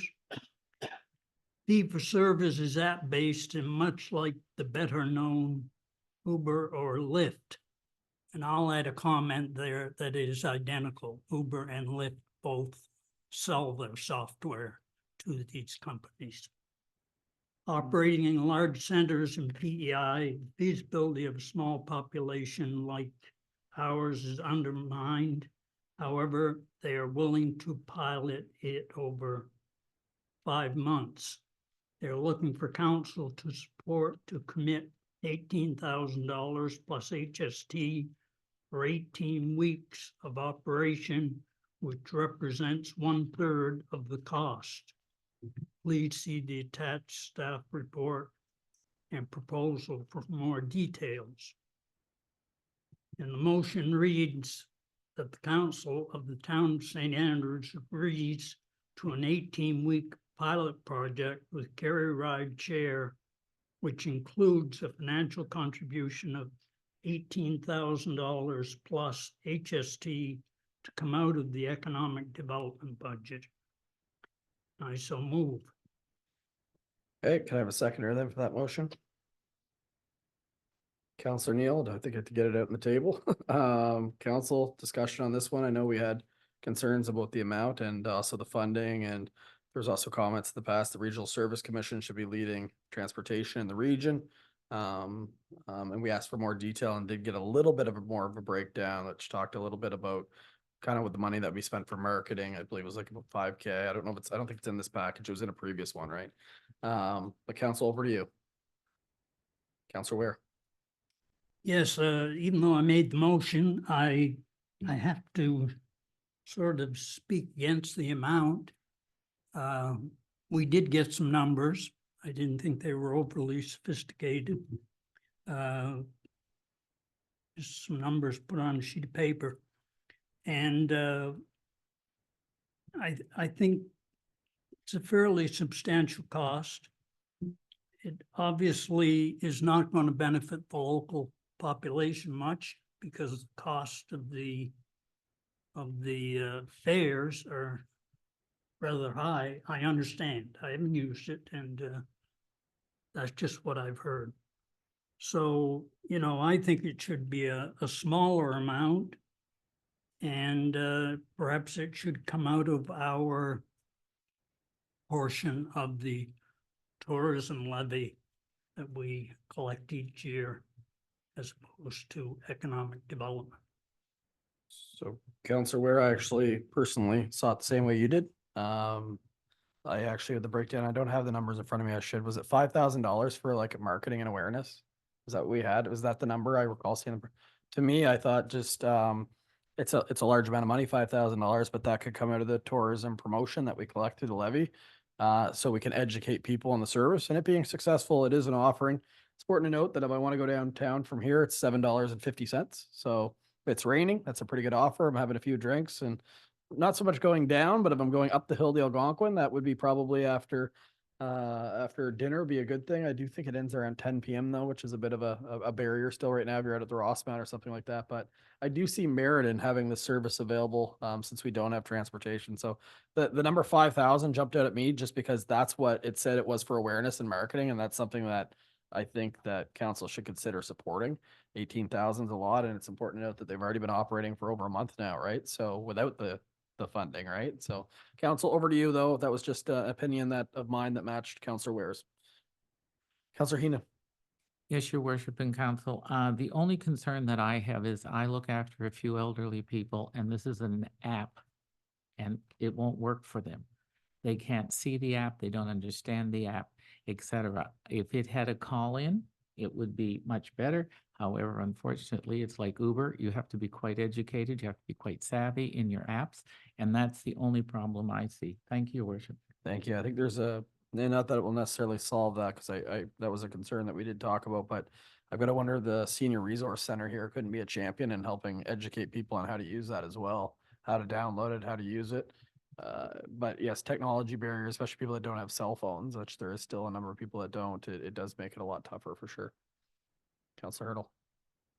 Thank you, worship. I guess the way I'm looking at this is I'm kind of looking to them to explain to me how it's feasible. And I think they're looking to the town to see if it's feasible. And I think from my point of view, I'm sort of stuck in that space. So if Carrie believes this is, that there is ground here to expand a business, I'm wondering if perhaps we could look at this in terms of a loan. If it's $18,000 over 5 years, they pay that back over a 5-year period of time, I'd be a lot more willing to do it. If they think that this is a business that can grow and expand, they'd be making money. At least we wouldn't be taking it out of the taxpayer's pocket over the long term. And if they are successful over that time period, we get the money back. I wonder if that's a possibility for us. I guess we'd have to go back to them. That currently wasn't on the table at the time. I guess, again, as a pilot program, it's going to take time. And talking to St. Stephen, they know it's going to take time to build, and whether it's sufficient to build that they could, that they'll make enough profits in the future to pay for the pilot program. I can't speak to that. And again, they were invited by St. Stephen to come down, just to see if it was viable. Essentially, and that's what we're looking for here too, but I can certainly ask them, but I guess we've kicked this around a little bit, so they'd be a little bit disappointed. So I think they'd be more happy at a lower loan than a lower grant than a higher loan. But that is me trying to read the tea leaves at this point. Councillor Harland. Thank you, Mayor Henderson. So I just wanted to clarify, are you suggesting that instead of the 18,000 that we provide them 5,000 for promotional material or promotion? Correct. I would just amend the motion from 18 to 5. And in the justification, it doesn't have to be attached, but they said that they were going to be spending about $5,000 of marketing, so people are aware it's in the community. Like for example, I know that there's a screen at the Algonquin, for example, that rotates through. I don't know if they plan to be on that, but it gives them a bit of a budget to make the program successful, educate people, because we all know about it, but I still think there's a small percentage of people that actually know about the program. Oh, absolutely. So I'd rather, like, the fact that we're collecting tourism dollars for product development is one of the big things of why tourism development. This is definitely a tourism development service. This would be lovely to have in the community. Whether there be a barrier on the way that they did it, there's no other proposal. So that's where I'm betting. And it is tax dollars because it is collected, but it's not necessarily, if we take it from that fund, from the residents, it's from the visitors. Right. And this would benefit to the point. I think locals could use it, but I think primarily tourists would probably use this the most. Yeah, I'll go to you and then I'll go back. Yep. I think when I looked at the Kerry information, they really were indicating that it could be used by residents as well, right? Or that the intention, somebody needing to have a ride to get to an appointment or whatever. I guess what I'm unclear about, and this is my neglect on my part, is I didn't go back to the Kerry information in preparation for this meeting to see what else that the breakdown of the information that they provided us. Did they indicate how that what else that $18,000 was needed for? Because that's pretty fuzzy in my head. So the big cost, I don't have it before me, but I know that the insurance is very high. Oh, They yes. pay the insurance, but the other thing Yeah. is that they want to guarantee a service level. So like Uber, if you're an Uber driver, you could just turn the app on when you want to work, you just turn it off. They don't want that. So that way you have a consistent service. They have someone who's basically getting paid like they're on call. And then that way the app will always be available because there's not that many drivers. Right. So if we ran like an Uber system, we could basically on a long weekend, have no drivers available on Kerry. By having this money and paying them kind of that on call, it's guaranteed that when you click on it, there'll be the app will be available for you on those operating hours. That was the main justification. Probably wasn't all of it, but that's what I remember from their numbers. That's correct. They want to guarantee a certain level of income for the drivers in order for it to even get it off the ground. Whereas in bigger centers, it's all commission based, as he indicated. So when you fly into an airport and take a Lyft or an Uber, they're just getting paid for that ride. Thank you. Councilor Webb? Now go to Councilor Blanchard after that. Sorry, Councilor Blanchard. Yeah, I had the same amount in mind as you did, $5,000 for the marketing startup of it. One other thing on the seniors, when you register for the app, and I haven't done it, my son uses it all the time, all over the country. You got to put your credit card in. The whole thing has to be set up ahead of time. And, a lot of the seniors, some don't have a credit card,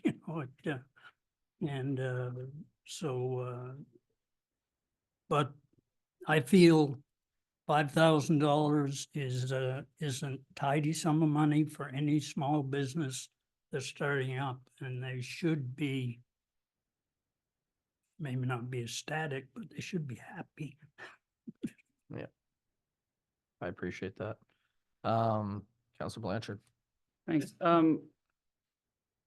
They talked about the 18,000 being a third of the cost to operate for that period of time for that pilot program, right? So we're now proposing a third of the operating costs that we would cover to bring a program into St. Andrews on a pilot, it's a pilot project. We've identified transportation in the area for a long time as an issue. And again, as we recognize, there are a number of different demographics that utilize or would need or would require that transportation for different reasons. I don't think this hits all those demographics, but it would definitely hit some. I like the idea of the 5,000 coming out of the tourism the levy. I don't see why we couldn't designate a portion of the 18,000 as, as what we would identify as a promotion tourism type thing. That could come out of that, and then the remaining 13,000 would be covered by the town. I do feel like if that we've looked at a number of different transportation options, and they've been few and far between. If something does show up on our door, if there are opportunities, and again, we don't have anybody beating down our door to provide transportation services, but this would fill a gap. It wouldn't cover everything, but it would serve a need in our community. And I think if we're gonna try and get these things in, we need to be prepared to pony up some of the costs. And to previous speakers, to Councillor Bennett in particular, who did talk about this as a regional thing, transportation, I 100% agree with that as well. But we could be waiting a long time for those services to happen. So in the meantime, I think this is an opportunity. It's a trial thing. It's not gonna, we're not invested for forever here. It's a trial basis. I think 5,000 from the levy is a good option. I think the remaining 13,000, if we want things like this to happen, I think we need to be prepared to put up some money as well. So I'm okay with the 18, with 5 of it coming. If we could amend to have 5,000 coming from the tourism levy, I think I would be okay with that. Thank you. Okay, so we got 2 different lines right now. It's important to note too that you don't really have to do the 5. You could just say 50% of the time tourists will be using the service. You could go 9 and 9. There's no reason why you couldn't go that route. Councillor Hurdle. Thank you. Just Try to get interesting. consensus. So here. Well, yeah, the way that I'm thinking about this now is that I've got family members with mobility issues that don't live in the community. When they come to visit, sometimes getting downtown can be a challenge because if I'm 2 or 3 blocks from downtown, I don't necessarily want to drive down and park.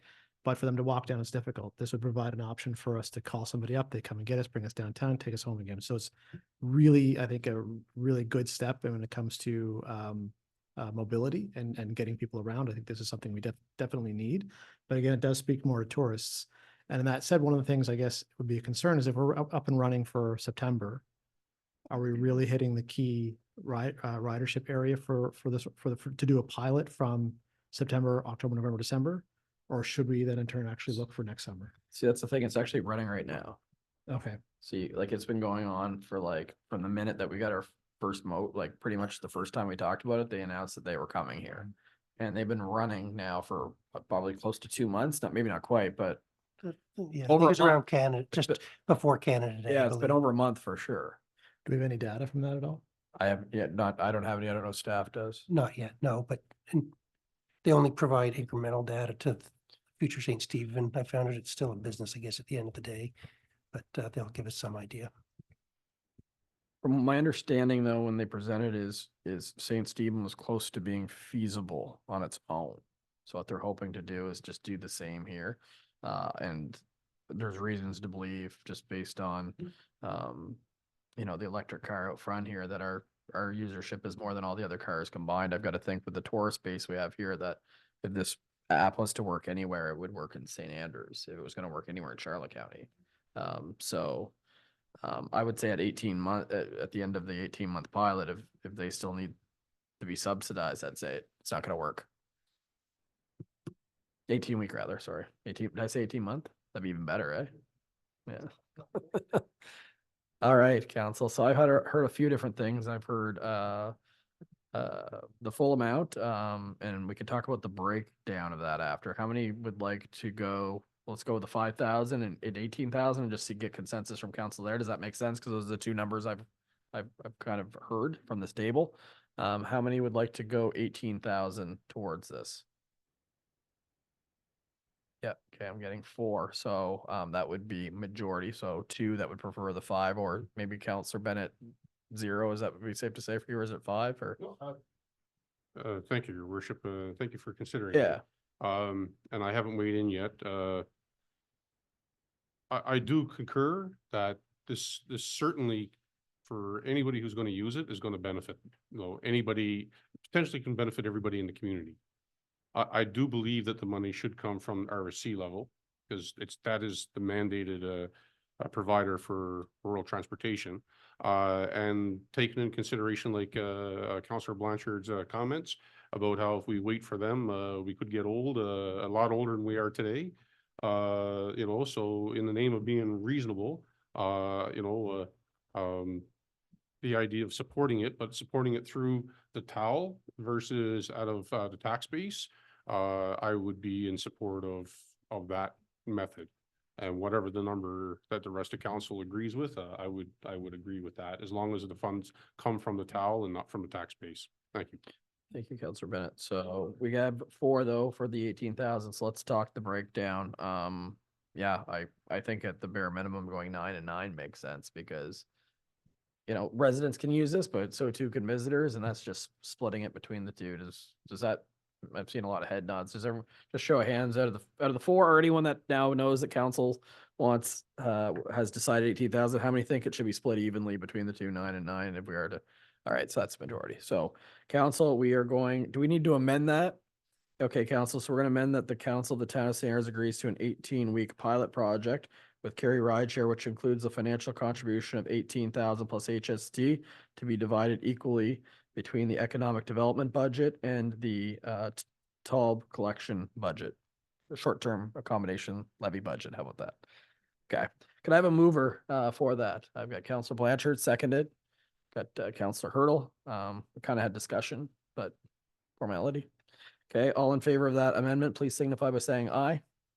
The amendment has been accepted. Now we're back to the motion.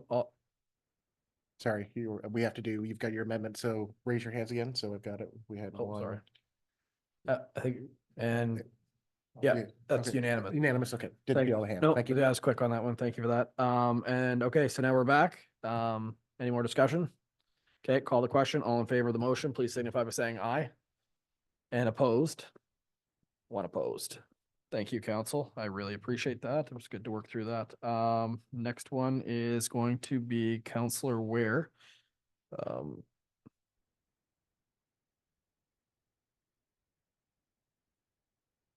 guess we should get it at the table. I guess to lead this off, council, just because I can't actually move. I just ask you, and I don't mean to overstep, but ask you to think about tabling this motion when it comes forward. And I know you can read it, but the reason being is this bylaw, we do have to address some of the concerns within it, but this bylaw that we're about to read, it talks about adding a number of food trucks to the downtown, and whether you support that or you don't, it's the busiest time of year for the competing restaurants right now. I haven't had a chance to talk to the BIA about it because they're not meeting this time of year. I don't know if anyone's gone to the chamber. I just think that if we're going to bring this forward and set a hearing of objections right after the long weekend of September, I just don't think it's fair to a lot of businesses that contribute to our community. And the fact that this bylaw, by the time it's implemented anyway, is not going to be for this tourism season, why would we not hold this back a month? So that way, when we set the hearing of objections, it's in October, or even 2 months where it's in November, where these people that are running their business, it's owner operated downtown. They'll have an opportunity. I'll have an opportunity to get before the BIA and tell them about it, make them aware of it. I just before you go, and again, I might be overstepping. I just wanted to consider that because it's a really busy time of year for them. It's the busiest time of year right now. It was a monster weekend in town, and probably the last thing that they really know about right now is something that might have impact on their businesses. So council, over to you. Councilor Ware. Okay, reference number EBC 240804. Bylaw number 24-03, a bylaw regulating the licensing of peddlers, busters, and transient traders, first reading. And rather than put the motion on the table, I'll make a motion to table this until September 2024. Do I have a seconder for that? Do we have to read it to table it, or are you good with that? Okay, I got Councillor Heenan. Discussion on the tabling. Again, just by the time we go through 3 readings, it's not going to happen this tourism season anyway. Councillor Heenan. Yes, your worship. I would also like to see this bylaw be represented in 3 separate votes by council. One for the buskers, one for the peddlers, and one for the food trailers, because if you don't agree with one, you have to down the whole thing. And it should be that we have an opportunity, your worship, to be able to vote for buskers, peddlers, and food truck. Thank you. Okay, so what we'd probably do then, because then we could break down every bylaw like that and it'd be very difficult. What we'd probably do is just, when we bring it up, we would actually just, the items that you want to change or go different, then we would try to adjust it by amending it versus the 3 separate votes. Because imagine like trying to pass the municipal plan with 76 different, you know what I mean? I see what you're saying, but I think the way to do that is through 3 readings of actually trying to make amendments. And if you don't like it, you do unfortunately vote down the entire bylaw. But I hear exactly what you're saying. And it's important to note. Your worship, just Yeah. to remind Councillor Heenan too, that you can amend complete sections of the particular bylaw. So you might on first reading say, well, I don't agree with the peddler section, so I'd like to wipe it out or amend it substantially. That's all fine. So it doesn't really remove your democratic ability by combining it. It just makes it a little easier from enforcement purposes to keep it combined. Thank you. So Councilor, were you moving to table both motions though, just to be clear? Yes. And you were seconding that, Councilor Heenan, both motions? Okay. Your worship, just one question. Would you like staff to go out to the chamber, the BIA and explore St. Andrews now with what's been presented to council to get their feedback now, so we can bring that back to you before first reading, so you have that information? I Or do you think that want to would wait be till fine. after? Just say that we tabled it because we know it's their busy time of year, but we want them to be aware of it. I think that would be a good way, but I'm hoping the BIA meets and Councilor Hurdle, I know it's during the day. I don't know if you're catching many of the chamber, but they probably want to weigh in on this. One way or another.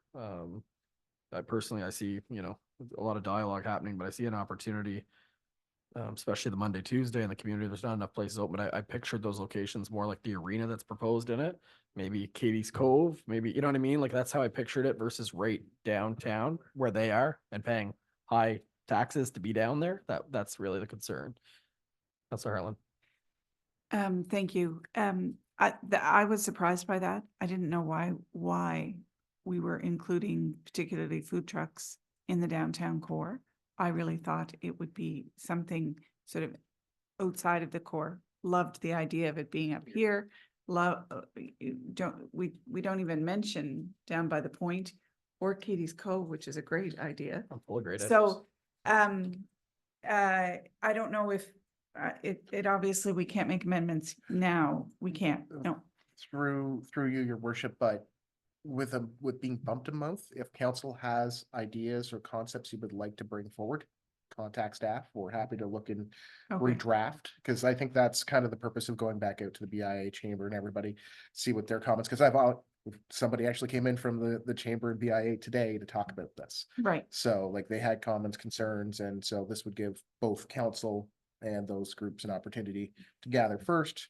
Then we can come back and look at a redrafted version with Great. some of the comments or maybe direction from council at that point. And that's where it came from me. A business owner came forward and just said, right now I'm running on fumes. I don't have an ability to come in and to go to other businesses as well, is what they said. So yeah, that's great, council. I think maybe when we talk about priorities for the staff-led work session, I think maybe putting this towards the front, so we have a more detailed conversation. Would be great. That might be a good spot to do that. Be great. Yeah. All right, so I got a mover and a seconder to table these. I will call the question. All in favor of tabling them, please signify by saying aye. Thank you, council, for that. I really appreciate it. And we are moving ahead now to the community assistance grant request, and that is which counselor? It is Counselor Ware. It's busy tonight. EBC 240803, Community Assistant Grant Request with St. Andrews Arts Council Choral Festival. The Town of St. Andrews has received a Community Assistant Grant request from the St. Andrews Arts Council for the upcoming Choral Fest, October 4th to 6th, 2024. Please see the attached application for more details. St. Andrews Arts Council was supported with a $2,000 Community Assistance Grant in 2024. The funding extended to programs like Whale of Tale Theater, New Brunswick Keyboard Festival, Music in the Schools, Serenades for Seniors, and Summer School for the Performing Arts. Rural Festival is not a requested program for support in their original application. They are seeking $500 in support. The town has 3,100, I assume, remaining in their assistance grant fund for 2024. The motion is that the council of town St. Andrews supports the St. Andrews Arts Council with the donation of $500 for Earls Fest, October 4th to 6th, 2024. I so move. Seconder for that one. Okay, Counselor Heenan. Discussion. I guess a question for staff is Explore St. Andrews not doing, are they out of money for grants for this year? Are they still doing it just because it referenced that singers are coming from across the province to come here? It feels like a festival, or it's just a little bit of a slippery slope is all I'm saying. Well, I think, to be honest, Your Worship, I can't remember if they give out their grants early in the year in order to allow the programs to get going, right? So a lot of them rely on to be able to execute their event or activities. They rely on it. Parking, promotion. I don't remember, but I can't say for sure. I don't think the Arts Council was on that list. The only other thing in this, we discourage in the past the same group coming back for a second dip. I'm not saying it's not worthy. We have the funds left, but you may see some additional people coming back, groups that have already gotten some. Now that they know there's a little bit left in the pool, but I'm okay either way. It's I don't like to use the word precedent, but it isn't a common practice to give twice in the same year. No, and again, like music in the schools or for local children, serenades or seniors, that's for people in our community. It just feels a little different is my only point, but it is a public concert that is available at the end of this workshop. So it's not just the students that are coming here. There is a public concert. And so council, over to you. Any more questions or comments? Councilor Blanchard. Do we have a sense with this, how many people it would bring into town, like a festival like this? Like, to me, it's like sort of like an economic development thing as well. If we're promoting, if we're bringing more people into the town in sort of the shoulder season, again, it might be worthwhile. And just 60 vocalists come, and then there's a public concert at the Anglican Church. Okay, thanks. Okay. Council, then any other comments? Otherwise, I'll call the question. All in favor of this motion, please signify by saying aye. Okay, that's everybody that's been carried. All right, that brings us to a discussion on the Legion banner request. I think I'll pass it over to staff for this one.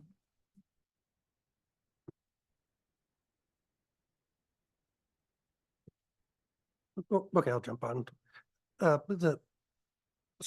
As you know, council, last year, I think was the first year for the Legion to do the banners along the poles in St. Andrews, which is a common program in many of the municipalities now throughout New Brunswick.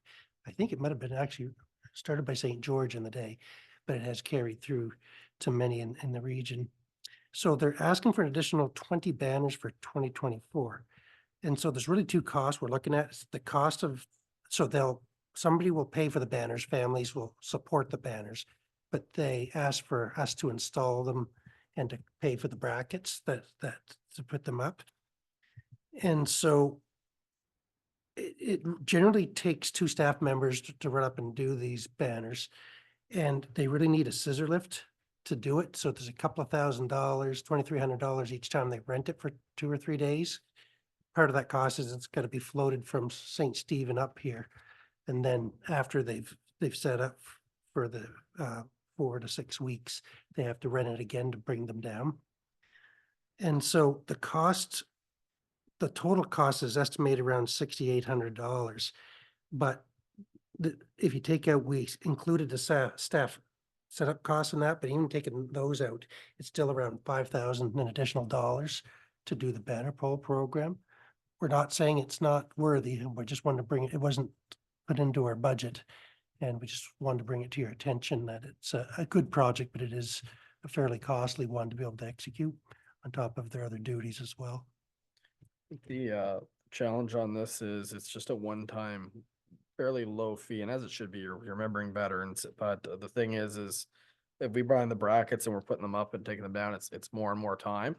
And the question is how many, like, yeah, and every veteran deserves to be on a pole. I'm not saying that. It's just at the end of the day, it's just there is financial considerations that the municipality isn't receiving any funds for this, and the more we buy is the longer it's going to take of staff when they have other competing priorities that need to be done within the community, right? So I think that's the point you're trying to probably make. Council, I just wonder if there wasn't an opportunity, like we lost so many trees in the community during the storms this year. I don't know if there's an opportunity to do for veterans memorial trees and have a little plaque on the bottom of it in memory of them and get more trees back in the community.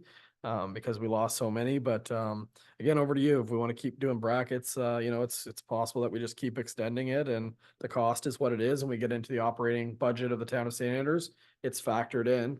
Because I was a big believer in getting this program established, especially around Remembrance Day in the month of November. I think it's the right thing to do, but with that being said, is if it's just a one-time fee, there's ongoing costs that go on for years after it that have to be budgeted properly for. Mr. Spear. Thank you, Worship.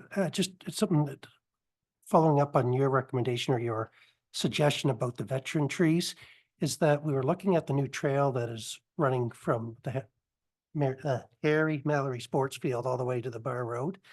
And we were looking at replanting, as you know, they had to cut quite a big swath to do that. And at the time, we were looking at a grant, and I think Terry had said there's 200 trees that could be planted along there. It may be an opportunity to create like some type of veterans walk along that section with the plaques and potential trees, and even potential for benches and different things like that. Certain levels of giving. If the Legion, I think we'd have to go back to them to see if they feel that's worthwhile. But on the flip side, that's something that combination of lasts forever, but also is up all year or most of the year. So people would have an opportunity to see it all the time. Could almost call it a Trail of Heroes or something and name that section. I just, to get mature trees, there is a cost associated with them. And what a great way to do it versus a banner that's up for 3 weeks that will get eventually weather. And not that a plaque won't, but you could have a little image of the person on the plaque, and or maybe even a small write-up on what they did. Like there's potential there for a program as well. It's just kind of that line of thinking. Councilor Bennett.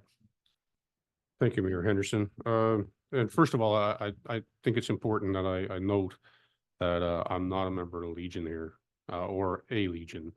So my comments, I guess, are mine, even though I am a retired soldier and a veteran.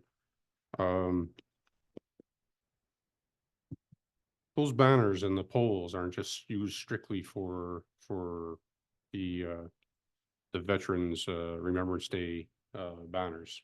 They're also used for the high school graduates. So does that mean, like, if we're costing the salaries for the employees and renting a scissor lift, does that mean that, like, the school is going to be told that if they want their banners put up for the high school kids next fall or next spring, sorry, that they're going to have to come up with the money for that? Are we going to cost their expenses and every other request that comes in front of us? Are we going to break it down like this? Because there's even additional there's additional requests further on in our package here tonight that there was no costing done. So I'm kind of at odds about why this was costed out this way by the man hours and stuff. We get a lot of requests throughout the year to put up tents, to block off roads, to move bleachers, to set up for venues in the name of tourism and bring people into our community and stuff. And I haven't seen anything costed. So I'm really kind of at odds on why this is costed and broken down the way it is. So, And yep, thank you, Your Worship. I also would like to know, have we rented the Genie lift to do this activity in the past, or has it been something that simply a ladder has been used to put the banners up and take them down and whatnot? To me, like, yes, this is an extravagant expense, $6,800. That is a big expense. We just had a long discussion over $500 for the last venue. So I take $6,800 very serious, and I think every dollar that we spend here, I take extremely serious. But if I could have a couple of answers on about why a scissor lift is needed now versus when I don't believe it has been in the past, and why this is costed and not other requests are costed. If you could answer those, please. So the first thing is the high school graduation is 20 to 25 people. This is going to be over 100 banners. So it's a significantly bigger project. To be perfectly honest, they can usually do the high school stuff in the morning or a day. The other one, they did use a scissor lift last year. It'll take longer. That's all the scissor lift is, more efficient. But it just means that it'll take up to a couple of weeks then for guys to go in a ladder and be going up and down. It's not the safest thing either, the height of those things, but it can be done. I think to break that down though, I think the reason it's being costed, so to answer your question on use of the high school, is that's a set number that we have enough of these brackets for. But as this program continues to expand, all staff's doing is notify us that there is a cost with that as we continue to expand it. So if we're going to continue to expand it, great. Like those people deserve to be on poles, like I said. It's just come budget time, we're going to have to expect that number to continue to increase as well because there's more banners, right? And they have to budget for the brackets every year. And it's a good fundraiser for the Legion for sure, right? But it's just that, you know, the municipality has a cost associated that is growing when the ones for the high school is pretty set, right? It's not, there's not 100 and they're not asking for 20 more brackets. Like that's the difference. It's just a growing program. Please, and if I could just correct something here. So currently there's 65 poles up right now. And what they're asking for is an additional 20. So that would break it up to 85, not over 100. And yes, it certainly is expanding, but it's only the second year. And it's not just for veterans, it's also for our RCMP friends and families that live in this community, have lived in the community in the past.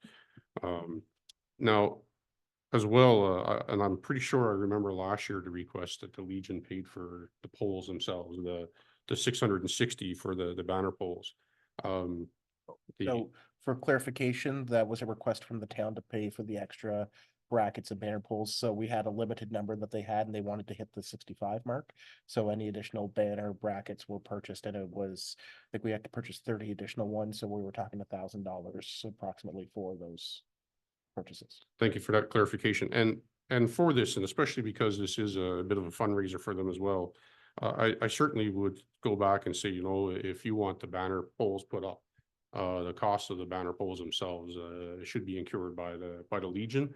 And I was in contact with the president of the local Legion here today, and I asked him, you know, I said, I talked about, you know, them coming up to $660, and he said it's not something that he could discuss because he didn't have the authority to spend it without a vote from their membership.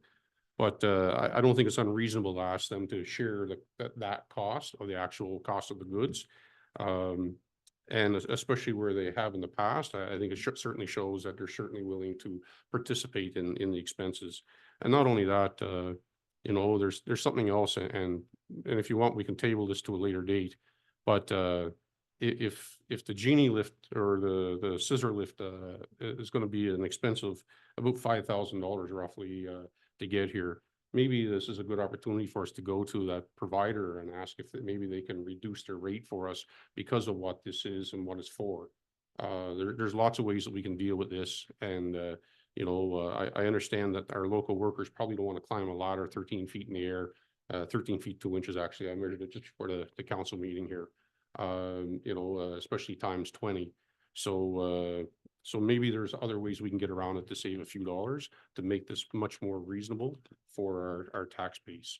But it's certainly something that I think that we should do everything possible to support this endeavor. Thank you. Thank you, Councillor Bennett. Councillor Keenan. I may be wrong on this, Mr. Spear and your worship, but I thought we had requested the breakdown for the money at the last time we talked about this, which was about a month ago or a month and a half ago. We requested to see what it was broken down and what the breakdown was for the amounts. I believe was part of our meeting, correct? Thank you. Yeah, I'll look to the clerk for that one. Staff-led meeting, there was a request for breakdown. As well, your worship, just to note within the report, they are wondering if there is a cutoff number for banners and what the town's. And I think that's more the purpose of it too, would be to determine, is it a limit and then we do a different program, right? Like that's what it comes down to. Counselor Harland. Thank you, Mayor Henderson. So, I think I'm concerned that it may be, in terms of timing, I feel that we're at a bit of a standstill in terms of this year. I would really like to see us explore and engage with the Legion in some conversation around either alternatives or additions to how we recognize our veterans. The idea that was presented in terms of the trail system and the planting of trees and identifying the plaque. I really like that idea. I would like to have staff engage with the Legion in that discussion. I think it is a more permanent, it becomes a fixture of our town, and I really like that idea, and I would like to have their feedback around that. In terms of going forward, we've had a request for the 20 additional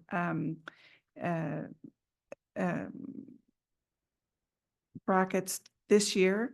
I would like to support that. I think it's reasonable if they purchased the brackets before that, we make that request to the Legion again for that for the payment of that amount. But for this year, I think we need to proceed. Thank you. So, Councilor Zoom, go ahead, Councilor Blanchard. Sorry, can I just ask a quick question? Where we're renting scissor lifts, and I assume there'd be multiple uses perhaps around town. What's the cost of actually purchasing the town owning its own scissor lift as opposed to rental? You'll find out at budget time, because I said, well, if we're gonna be doing this, we might as well look at, but it's expensive. It'll Okay. be in the, probably 100 to 150 minimum. Okay, great, thanks. Yeah, there. Okay, Council. Councilor Hurl. Just as a clarification, the last point, is that like a boom lift or it's just a scissor lift? What's that? Would that be a boom lift costing that much or a scissor lift? Like this? It's a good question. I think that was a boom lift, which had more use. All right. Okay, that makes a lot more sense. But yeah. even a scissor lift, I think it was still 50 to 70. You think the other option, to Councilor Bennett's point, is there is some contractors like Harbour Town Builders were just here, for example. I know they have one. Maybe there's a local contractor that would like to be a sponsor of the program or something like that and provide some option at a lower cost. There's, to Councilor Bennett's points, there could be ways hopefully around that to reduce cost. But what I'm hearing today is that we'll proceed. They should, we're hoping the Legion, they're the one raising money, will also contribute to the brackets, but this will be revisited. But for this year, we're fine with the additional brackets, if that makes sense. That's what I'm kind of hearing here. Does that make sense to everybody? And the Okay. additional 20, I think they already had 20 more, so are available. 20 more, yeah, Yeah. just proceed. Keeping in mind that we understand that other things during that time period may fall down in the priority list, right? Does that make sense to everybody? That's kind of what I heard without hearing it. All right, we are past the Legion. Now we're getting into the Lighthouse project, which is Councilor Hurdle. Thank you, Your Worship. This is in reference to EBC 240806, and the subject is a donation to the Pendlebury Lighthouse Project. The background is the town of St. Andrews has received a donation request from the St. Andrews Civic Trust regarding the restoration project for the Pendlebury Lighthouse. Due to the last 2 years of storms, there has been damage to the land and lighthouse, and maybe after the tropical depression this weekend, possibly too. Please see the attached letter from Barbie Smith, president of the SACT. They are aiming to raise $150,000, not only to fund critical restorations for the lighthouse, but to fortify the surrounds of the lighthouse to protect it from future storms. In discussions with council, a $5,000 amount was suggested as a donation. And the motion before us is the council of the town of St. Andrews supports the St. Andrews Civic Trust Pendlebury Lighthouse Restoration Project with a donation of $5,000. And I'll move this. Seconder for and Councilor Harland has, so yeah, council, over to this one. It is a Civic Trust asset, but one of the most photographed kind of tourist places in our community. 150,000 is a lot for not-for-profit to raise. We do have a tourism accommodation levy that is for such things. So over you, if you want to go ahead with this, or of course, we could amend it for less or more, or leave it as is. Counselor Hurdle. Thank you, Your Worship. Just a question for staff around the surrounds for the lighthouse. There's obviously, it's clear that there's been a significant amount of damage to it. Is any of that on our radar as a town to repair? And if so, is there a schedule for it? Again, at budget time, the cost of some of that stuff's fairly substantial. So any safety issues have been addressed this year with replacement of planks or anywhere there's some undermining. But the boardwalk was in conjunction with the Civic Trust of the Day was installed by the town, paid by a contractor to do it. I'm going to guess 2008, 2009, I believe. I'd have to look that up. And so it'll have to be reviewed. As you know, that end of Patrick Street was under substantial amounts of water 2 or 3 times January, February. So it's going to have to be revisited for sure.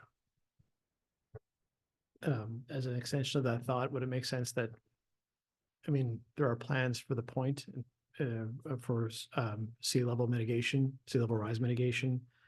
Would it be sensible to think that there's going to have to be a mitigation plan for this part of the town as well? Down the road, 10, 20 years? So actually, I attended a recent climate action seminar last week that actually talked about some new programs that are coming out for communities that are on coastal lines to do full natural and gray infrastructure programs or design projects. So I'm actually doing research into what funds are available and what programs there can be, because they'll tailor a project and a program strictly for what our use is. So it would help both private and public landowners. And it's a pretty good collaboration of like Climate Action New Brunswick and NBEN. There's a number of groups out of Halifax that are all part of this climate action group. So I'm doing some more research to find out what we can get out of it. To that effect, would it make more sense then for us to pursue possibly tabling this until we have more idea of what funding might exist? That would be more for studies to see what needs to be done. I think for what's being requested here is more for their fundraising, what they could do to do repairs, but I don't think it negates us from looking at the whole community coastline for study and project. And is it a safe assumption that this will be the debate between municipal versus private protection? Because we can shore up the front of this, but the reality is down there, it'll just go around it and come in from behind. So shoring up the front of this probably won't mitigate it. We would have to have private property also, either by their investment or the municipal or other levels of government, I should say, because it will work. That spot, it will work around pretty easily. We saw it in the storms. But if your worship, just to add a secondary thought to that, is sometimes, when we think of mitigation, we think of building a great big wall to prevent from the water from flowing over, but sometimes it's just building smart to make it resilient to the change. So for instance, and I don't know, but let's pretend I'm an engineer for a minute. We've got a bunch of wooden boardwalk there. Maybe it's to replace it with a steel system that can withstand the pressures of the tides, for instance, and easier to repair than what's currently there. Kind of the same discussions we're having with the wharf. Well, I think that's precisely the point I'm trying to make, is that, and not discounting the need for the fundraising and the need to restore, to repair. I just worry about taking a Band-Aid approach right now with, if another winter comes through like we had last winter. I mean, It's like the end of yeah. our road. Like you can fix Yeah. it, but if you don't do it right, you can lose exactly, it. Yeah, right. So- I hear your point for sure. Well, it's somewhat complicated too, because the Pinnaberry Lighthouse is a heritage thing, and without rebuilding it or lifting it or something that's beyond the scope of this project, it's going to always be susceptible to a certain extent. I think it's fair to say, though, they probably won't be starting the work this fall. It's going to take them a while to fundraise. And so by this spring, we'll get a better idea if last year was a fluke or it's going to be the new normal. And they may have to rethink what type of restoration they do in order to ensure that it lasts for more than 2 or 3 years. Counselor Ware, then I'll go back to you. Yeah, I guess I just got a quick question on it. They're in the process of a fundraising drive. When do they intend to spend this money? If you write them a check of $150,000 tomorrow, they'd probably be willing to spend it But tomorrow. But that's what I was trying to say earlier, that they're going to be fundraising. It's $50,000 for phase 1.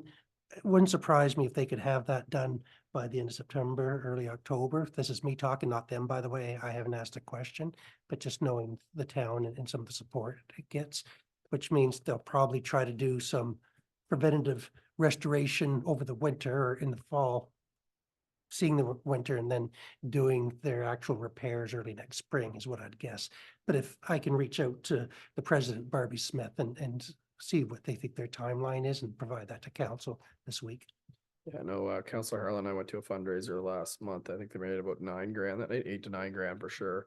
So they're chipping away at it, but so that's a big target to get to and the other thing too is, pretty soon Civic Trust is gonna be getting back to us at the courthouse. So they have taken on some consultation for us as well that we paid more than $5,000 for the previous time. So, yeah, over to you, council, on what you want to do, Councilor Heenan.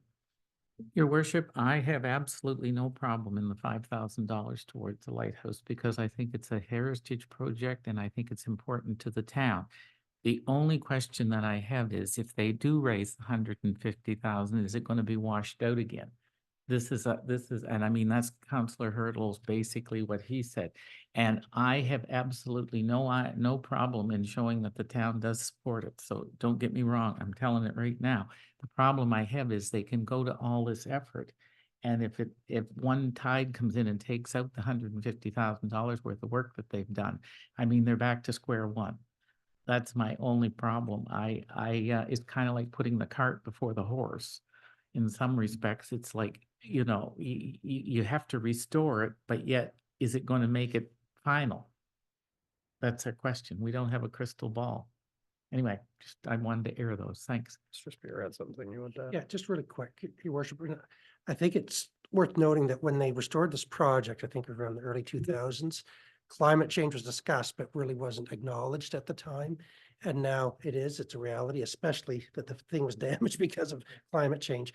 So knowing the current board, I think, if I'm not mistaken, Alan Flanders on that board, I think, who's an engineer, and that'll be on their top priority to try to figure out how to make sure this thing isn't raised 50 and it gets washed out in one good gale. Okay, council. You may call the question on the 5,000. Okay, all in favor of this motion, please signify by saying aye. Okay, and all opposed? Okay, that's everybody. So that is from the tourism accommodation levy, correct? That wasn't in the motion. Sorry, council, just quick consensus on that. I assume that it would be because it's a tourism product in our community. Does that work for you? Sure. Yeah. Thanks. Okay. We are switching portfolios now. We are going to Recreation and Environment Committee, which would be Guma shall also be Councillor Blanchard going through them all. Thank you. So reference number RE 240801. Subject is Ability New Brunswick Accessibility Review of the Community Youth Activity Center. And the background is that the town continues to look at opportunities for to make improvements to facilities to make them more accessible and open to the public. With the upcoming senior programming this fall at the Community Youth Activity Center, it was important for the town to have an accessibility review of the facility. Staff welcomed Wendy Scott, manager of Ability New Brunswick, to conduct a benchmarking exercise to identify areas of improvement for accessibility. This program was free to the town, and we have previously invited Ability New Brunswick to St. Andrews to review other facilities and businesses. Please see the attached report for a review of the accessibility report. Overall, the report provides staff with information on making the youth center more accessible. This report can be part of budgeting and asset management moving forward. And the motion is that Council of the Town of St. Andrews accepts the Ability New Brunswick Accessibility Report on the Community Youth Activity Center, and I so move. Thank you. Seconder for that one. Got Councillor Heenan. Discussion. All in favor of accepting that report, please signify by saying aye. And any opposed? That's nobody. That has been carried. And I do look forward to really diving in at budget time about some of those findings, because I do find it a gap in our community. We made small progress, but we have so far to go in it that I think we can do more. That's where, and I think other organizations in the community could too as well, and private business for that matter. Next motion. Going to me again? It's all you. I It's think your so, show. yeah. It's your No, portfolio. Counselor Gumshaw. Okay, gotcha. Reference number RE 240805, award of tender 2024-03, Recreation Master Plan, Town of St. Andrews. Background is the Town of St. Andrews closed tender 2024-03 Recreation Master Plan on Friday, July 5th, 2024. There were 3 bids submitted for the town. The 3 companies that submitted included Glen Group, $37,390 plus HST, RCS Strategies, $39,795, again, plus HST, and then Stantec and Trace, $59,928.50 plus HST. RFPs were scored based on understanding scope of work, timing and scheduling, cost/budget, level of experience, methodology, and references. Council has approved a budget of $40,000 for this project. It is recommended by staff that council approves RCS Strategies at a rate of $39,795 plus HST for the awarding of the Recreation Master Plan RFP. And the motion is that the council of the Town of St. Andrews awards tender TSA 2024-03 Recreation Master Plan to RCS Strategies at a cost of $39,795 plus HST, and I so move. And a seconder. Good. Counselor Hurdle, discussion on this one. Counselor Harland. Thank you. So it's a question of process. So I respect the tendering process and recognize that there would be a scoring sheet in terms of how all of the applicants are based on. But it's difficult when it comes to requesting that we approve this. We've got no background information on anybody, on any of the companies, or the successful one that is being recommended. Is that standard? Is that how we've always done it? So the questions I have specifically are, what kind of work similar to this have they done in the past? Can you share anything with us? Sure. And so to answer your first question, it depends, depending on how much council wants to get involved. We did send out a couple of emails to the portfolio managers, and they said it was okay for staff to go ahead and do it. You're certainly welcome to look at both the RFP and the process. All 3 groups are highly experienced on this. They provided in-depth, they provided references that were called and from local communities, all extremely happy with them. The Glen Group, if I remember, has been in business since 1985, I think, and did a lot of work in the southern half of the province. RCS Strategies has been around a long time, same type of thing. Even Stantec and Trace are good, but their budget for equivalent of the same work, more or less, their bid was a lot higher. And so in our RFP, it was several pages long. We laid out kind of what our community demographics were, some of the stuff we had to try to give them a sense of information. And we looked at the both of them, and they provided an in-depth analysis. It was more than a 1 page, or both like 30 and 40-page documents that the 3 staff members went through, called references and stuff, and determined. As you can see from a dollar standpoint, Glen Group and RCS Strategies are so close that usually indicates that it's a fair price. And so we're happy with there. But certainly, we'd like to be able to proceed with this. If you want to table it to review it, it's your prerogative. But in the future, if you want to be more involved, certainly do too. It's just we went through the process. For other things like housing and things, council tends to be a lot more interested in it.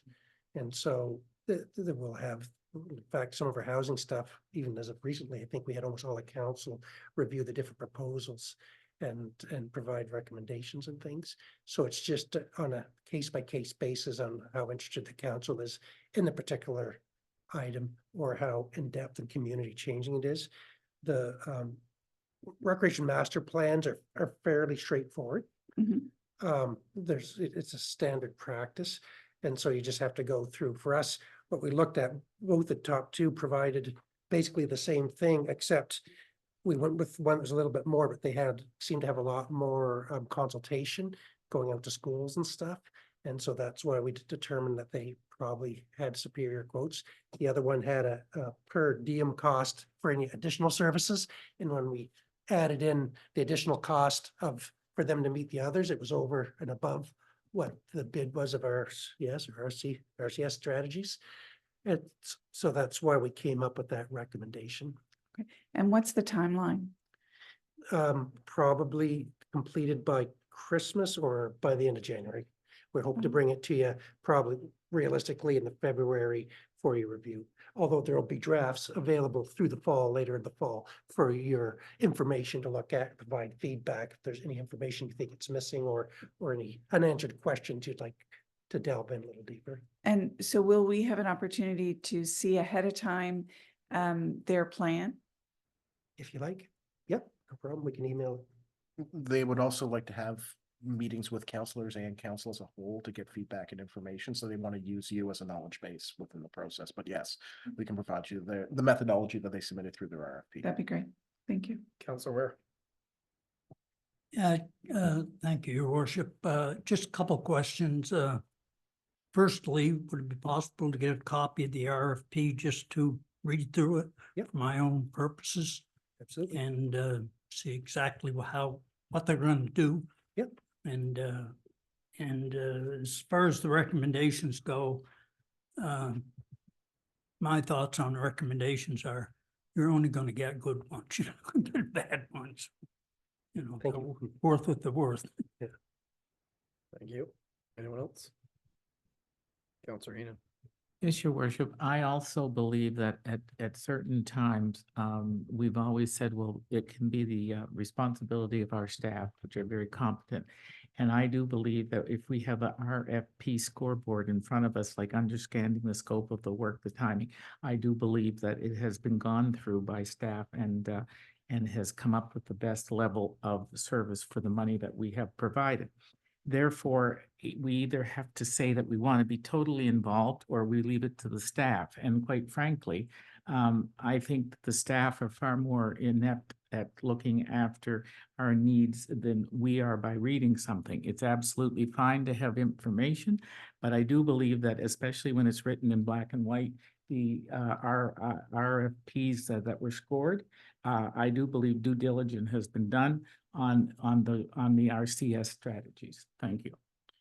Thank you very much. I think more or less wasn't so much about them being awarded. It's just to make sure that the outcomes of the plan is something that is usable in our community and not just another expensive report that isn't used. Because quite frankly, we see a lot of those happen, not necessarily in this municipality, but a lot of plans, a lot of reports, a lot of feasibility studies that cost a lot of money. And usually when you've got a plan like this, it does cost more funds. So we got to be prepared what comes along with that. A lot of the recommendations come with financial asks, right? So just setting that up. But yeah, council, anyone else? Okay, so we will call the question. All in favor of this motion, please signify by saying aye. That is everybody. That has been carried. We are now into our last one under the regular before we get to the 3 items in new business. But Your worship, I was going to say 2.5 hours. 3 minutes. I've got 2.5. Yeah. So I will look for a motion to extend this meeting for, we'll say 30 minutes from now. Does that make sense? Does that work for everybody? So can I have a motion to extend? Councillor Neal and seconded by Councillor Bennett. All in favor of extending, please signify by saying aye. Meeting is in overtime. So next motion. I don't know, Councillor Neal, if we have a conflict of interest since we are the Dragon Boat champions of the community and Katie's Cove record holder, but we'll save that for another time because I don't want to brag about that. Yeah. Again, Councillor Blanchard. Reference number RE 240804. No title to this one, but it's all right. The background is the town of St. Andrews has received a request for support from the St. Andrews Paddling Club for the upcoming 2024 Dragon Boat Festival. See the attached letter for details, and the request is for 24 metal barricades, 3 wooden road closure barricades, bleachers to be placed on the beach area for seating, up to 10 picnic tables, and additional garbage and recycling cans. Note that the town provided similar support to the SAPC last year. In addition, there are competing events for the picnic tables, including the Oktoberfest event in Market Square. Staff were able to balance all requests from both parties in 2023 and anticipate this can be the case again. So the motion before council is that the council of the town of St. Andrews approves the request for support from the St. Andrews Paddling Club for the 2024 Dragon Boat Festival on Saturday, September 21st, 2024, and to work with senior staff on arrangements of the equipment. And I so move. Seconder. Okay, Counselor Heenan, discussion? Call the question. All in favor of this motion, please signify by saying aye. That's everybody. We are now switching over to new business. Let's handle the noise exemption first, which is Counselor Neal. Thank you, Mayor Henderson. This is PWPS 240810. The subject is request for extension of noise bylaw for wedding, August 10th, 2024 at Katie's Cove. Town of St. Andrews has received a request from Katie's Cove Inc. to extend bylaw number 06-04, the noise bylaw, from 9 p.m. to 11 p.m. on Saturday, August 10th, 2024 to accommodate a wedding at Katie's Cove. As this is a designated residential zone as per the bylaw, council would need to approve the extension. It is recommended that the following terms and conditions be added to the request. Music must be played at a low volume between 9 p.m. and 11 p.m. No contests or activities that would necessitate cheering or clinking of glasses would occur after 9 p.m. That the town send a letter to adjacent residents notifying them of the noise bylaw extension for August 10th, 2024. These are standard terms and conditions that have been used for other noise bylaw extensions. The last extension request was in August 2021 within the town plat. The motion reads that the council of the town of St. Andrews approves the noise exemption request under bylaw 06-04, a bylaw concerning the regulating of noise in the town of St. Andrews by Katie's Cove Inc. at Katie's Cove for Saturday, August 10th, 2024 from 9 p.m. to 11 p.m. with the following terms and conditions. Again, music must be played at a low volume between 9 p.m. and 11 p.m. No contests or activities that would necessitate cheering or clinking of glasses would occur after 9 p.m. and that the town send a letter to adjacent residents notifying them of the noise bylaw extension for August 10th, 2024. And I so move. Thank you, Counselor Neal. Seconder for that one. Counselor Harlan. Quick question on this one. So Katie's Cove Inc. is hosting this. Is that to say? So they'll have representatives there all night to make sure that it is. Funny enough, we were just talking about that. So yes. Okay, sounds good. Just because I guess my concern is if bylaw enforcement isn't on that night and it isn't going what's planned, who is monitoring that, right? Well, the next step, if there is issues, would be the RCMP. Okay. Oop, maybe it wouldn't hurt to amend the motion to add that a representative from Katie's Cove Inc. must be present during the duration of the activity. I would say representatives because it's a pretty big outdoor area and I just, this is part of what I do and there's multiple staff that are checking to make sure. And then the question is just around alcohol. So From our understanding, it is not our land. That's a deal that the Katie's Cove Inc. will have to deal with the wedding organizers. I know that this was more of a short notice situation that they've been trying to work through. is this one, sorry to interrupt, is this one I'm aware of? Yes. Okay, yeah. Yeah. Okay. Council, any questions, comments? Councilor Hurdle? Thank you, Worship. The last 2 times I think we've seen this on Queen Street and I think on Harriet over the years, we talked about actual radius of properties being notified. I think it was maybe 100 meters, but this time we're talking about adjacent properties.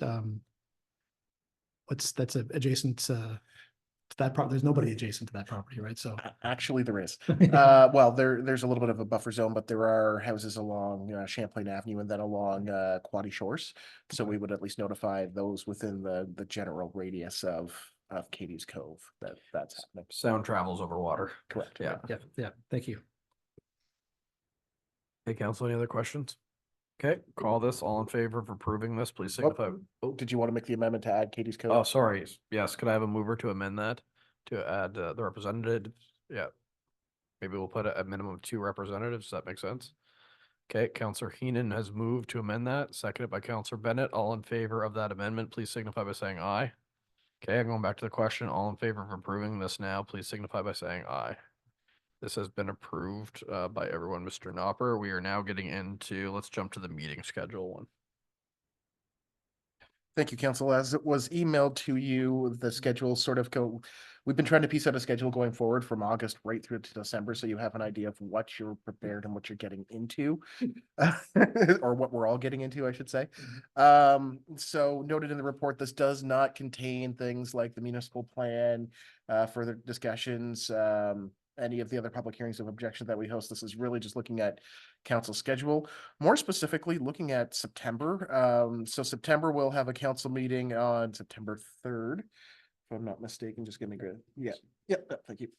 And then from there, the situation is the town, we're actually hosting the AMMB conference. So that's all the association members from municipal administrators coming here. So we'll be doing that from basically the 10th right through the 13th, but still anticipate to have the staff-led council meeting on the 9th with council. Then CAO Spear is on vacation the following week. So this is going to limit us for the amount of time we can piece together an agenda, but I can, through the week of the 16th, get an agenda out for the regular council meeting. It might not be as full as, depending on what's come forward from the staff-led meeting, as well as anything that we need to carry forward. But then we're looking at starting into budget discussions as of the 25th. And going into hopefully calling out a special meeting to groups and organizations that are requesting over $5,000 for them to come and present to council like they did last year, and subsequently moving into October. Similar process, continuing with special meetings. You have the UMMB conference coming up. So those that haven't said they would like to go, please let me know. Following that, regular council meetings, special budget meetings. We do have it highlighted right now on the 19th to do a day meeting of council if you want for budget. So just please be aware of that. We can discuss further as we come down. That would be a Saturday, just for clarification. And then leading into that, we'll continue with regular meetings, special council meetings, and then right into November. So the goal will hopefully be able to pass the budget at the November 4th council meeting. That gives us time within the provincial regulations to have our budget in by the 15th of November. Although there's a little flexibility, but at least if we can have it registered in, that would be great. But continuing into December, leading into the final council meeting, if necessary, on the 16th of December to close out the community. So this gives you an idea of what your pace and looking at beyond just with the regular meetings, not including anything else of public consultations, municipal plan, zoning bylaw.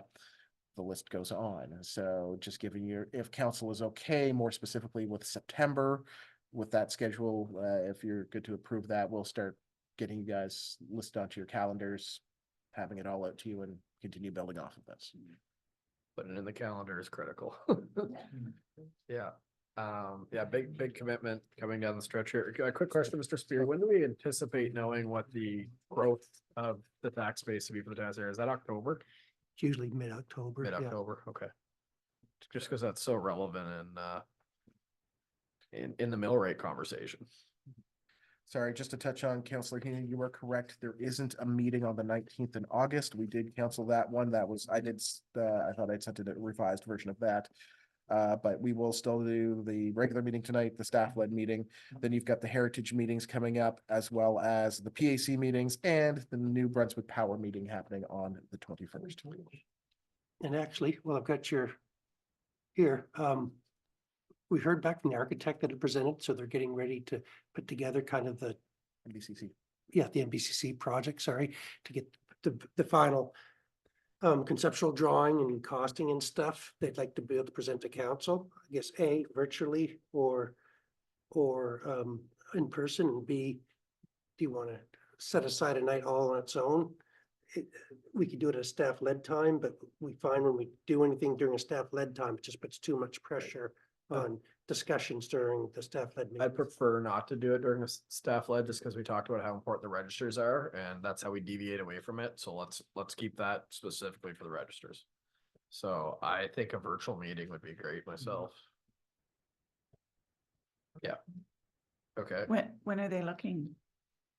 They're waiting for feedback from us. They're wrapping up, and I'm gonna say probably the last half of this month. Yeah. So I'll try to keep it away from the long weekend. So I'll have to talk to them, but maybe, whoops, I'm in November. Would everyone like maybe just because we're used to Mondays, the 26th of August work? Theoretically? And we said virtually. Yes. Yeah, for essentially every Monday, I just assume it's a council night, so. Okay, we'll put that in and put a question mark around it, but I'll let them know tomorrow. And it sounded like in the return email today, that should be doable. Sounds like they're on the final phases of putting the presentation together. Okay, all right, council good with that? Next. Go ahead. Looks like we might have a heritage meeting that night on the 26th. do. Oh, Go 28th. 28th. That's why it's a good assumption that we have a meeting every Monday.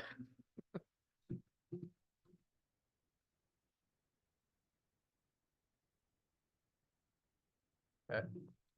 All right, council, really not much we can do about that. Next one was a job description one. I forgot to run that off, so I don't know. Paul's got it here. Counselor Bennett had made a comment, so. I don't know if Counselor Weir wants to read it or if you want the clerk to read off everything. Do you have, Counselor Ware doesn't have it right now? Or not, sorry, Counselor Weir, Counselor Heenan, it should have been. It Yeah, wasn't happening. the clerk can read it and Counselor Heenan can move if he likes the sound of it, I guess.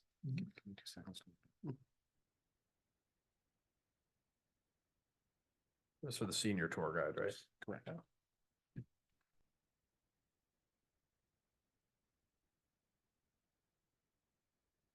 So council, this is FA 240828. It's in regards to a human resource job description for senior tour guide. So as part of the human resource policies for staff, it was determined we were missing a job description for the senior tour guide for the Ross Museum and Sheriff Andrews House. Provided you were emailed a copy of that today.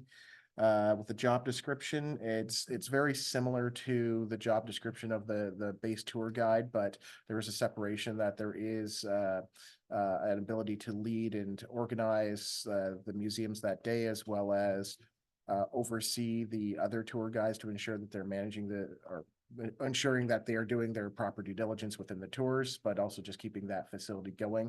The senior tour guide still responds to our museum supervisor, who takes care of Sheriff Andrews House, the Ross Museum, as well as the Block House. So it's just making, and it is within our organizational chart. It was just a job description that was missing. Yeah.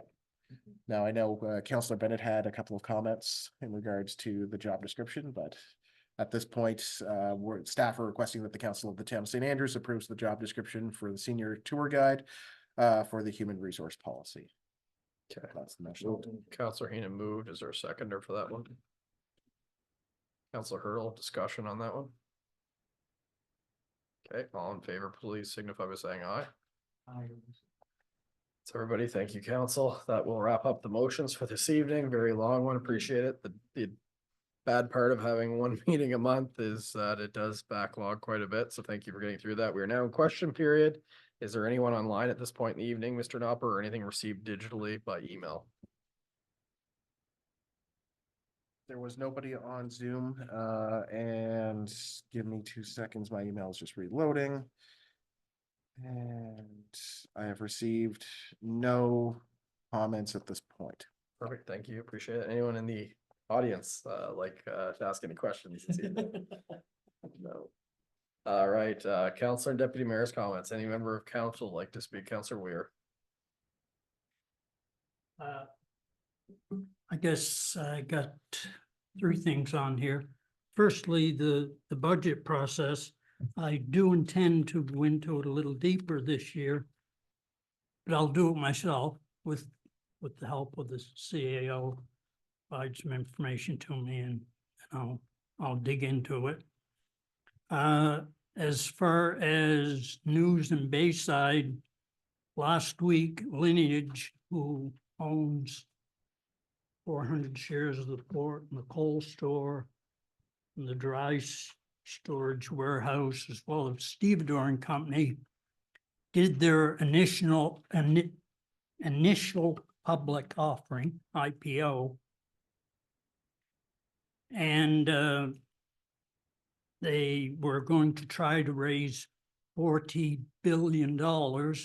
It went better than they expected. They got 44.4 billion. They are the largest refrigerated company in the world now. So they are operating here in our community. They started in 2008, so this is how long it took them. Most of you would not know that there's two founding partners. One of them, his brother-in-law, lives here in the town of St. Andrews. So he comes here periodically. That's when I see him, but anyway. So I thought it was newsworthy that, for an initial public offering of that amount, is the biggest one in the world this year. So we have that. There was a large transfer of land from Natural Resources to Opportunities New Brunswick in Bayside also. I know more about that than I can say at this point in time, but I can say that, and you'll be hearing about that in the future also. So that's, I guess, my news. Thank you for sharing that. That's that's a unbelievable amount of money to have a $40 billion target and exceed it by $4 more billion. It's just talks of how small the business I work in is. Talks about how small our wharf problem is actually. But thank you for that, Councilor Ware. Anyone else? All right, thank you, Council. I'm going to, in the essence of time, have no comment tonight either. So appreciate everybody for their time. Do we have any reason to go to closed session tonight? No, that's good news. Okay, so I guess we'll be looking for a motion to adjourn. Wait, Deputy Mayor's not here. I don't know how to do this. Councilor Bennett and then Councilor Heenan, all in favor of adjourning, please signify by saying aye. Thank you. We are adjourned.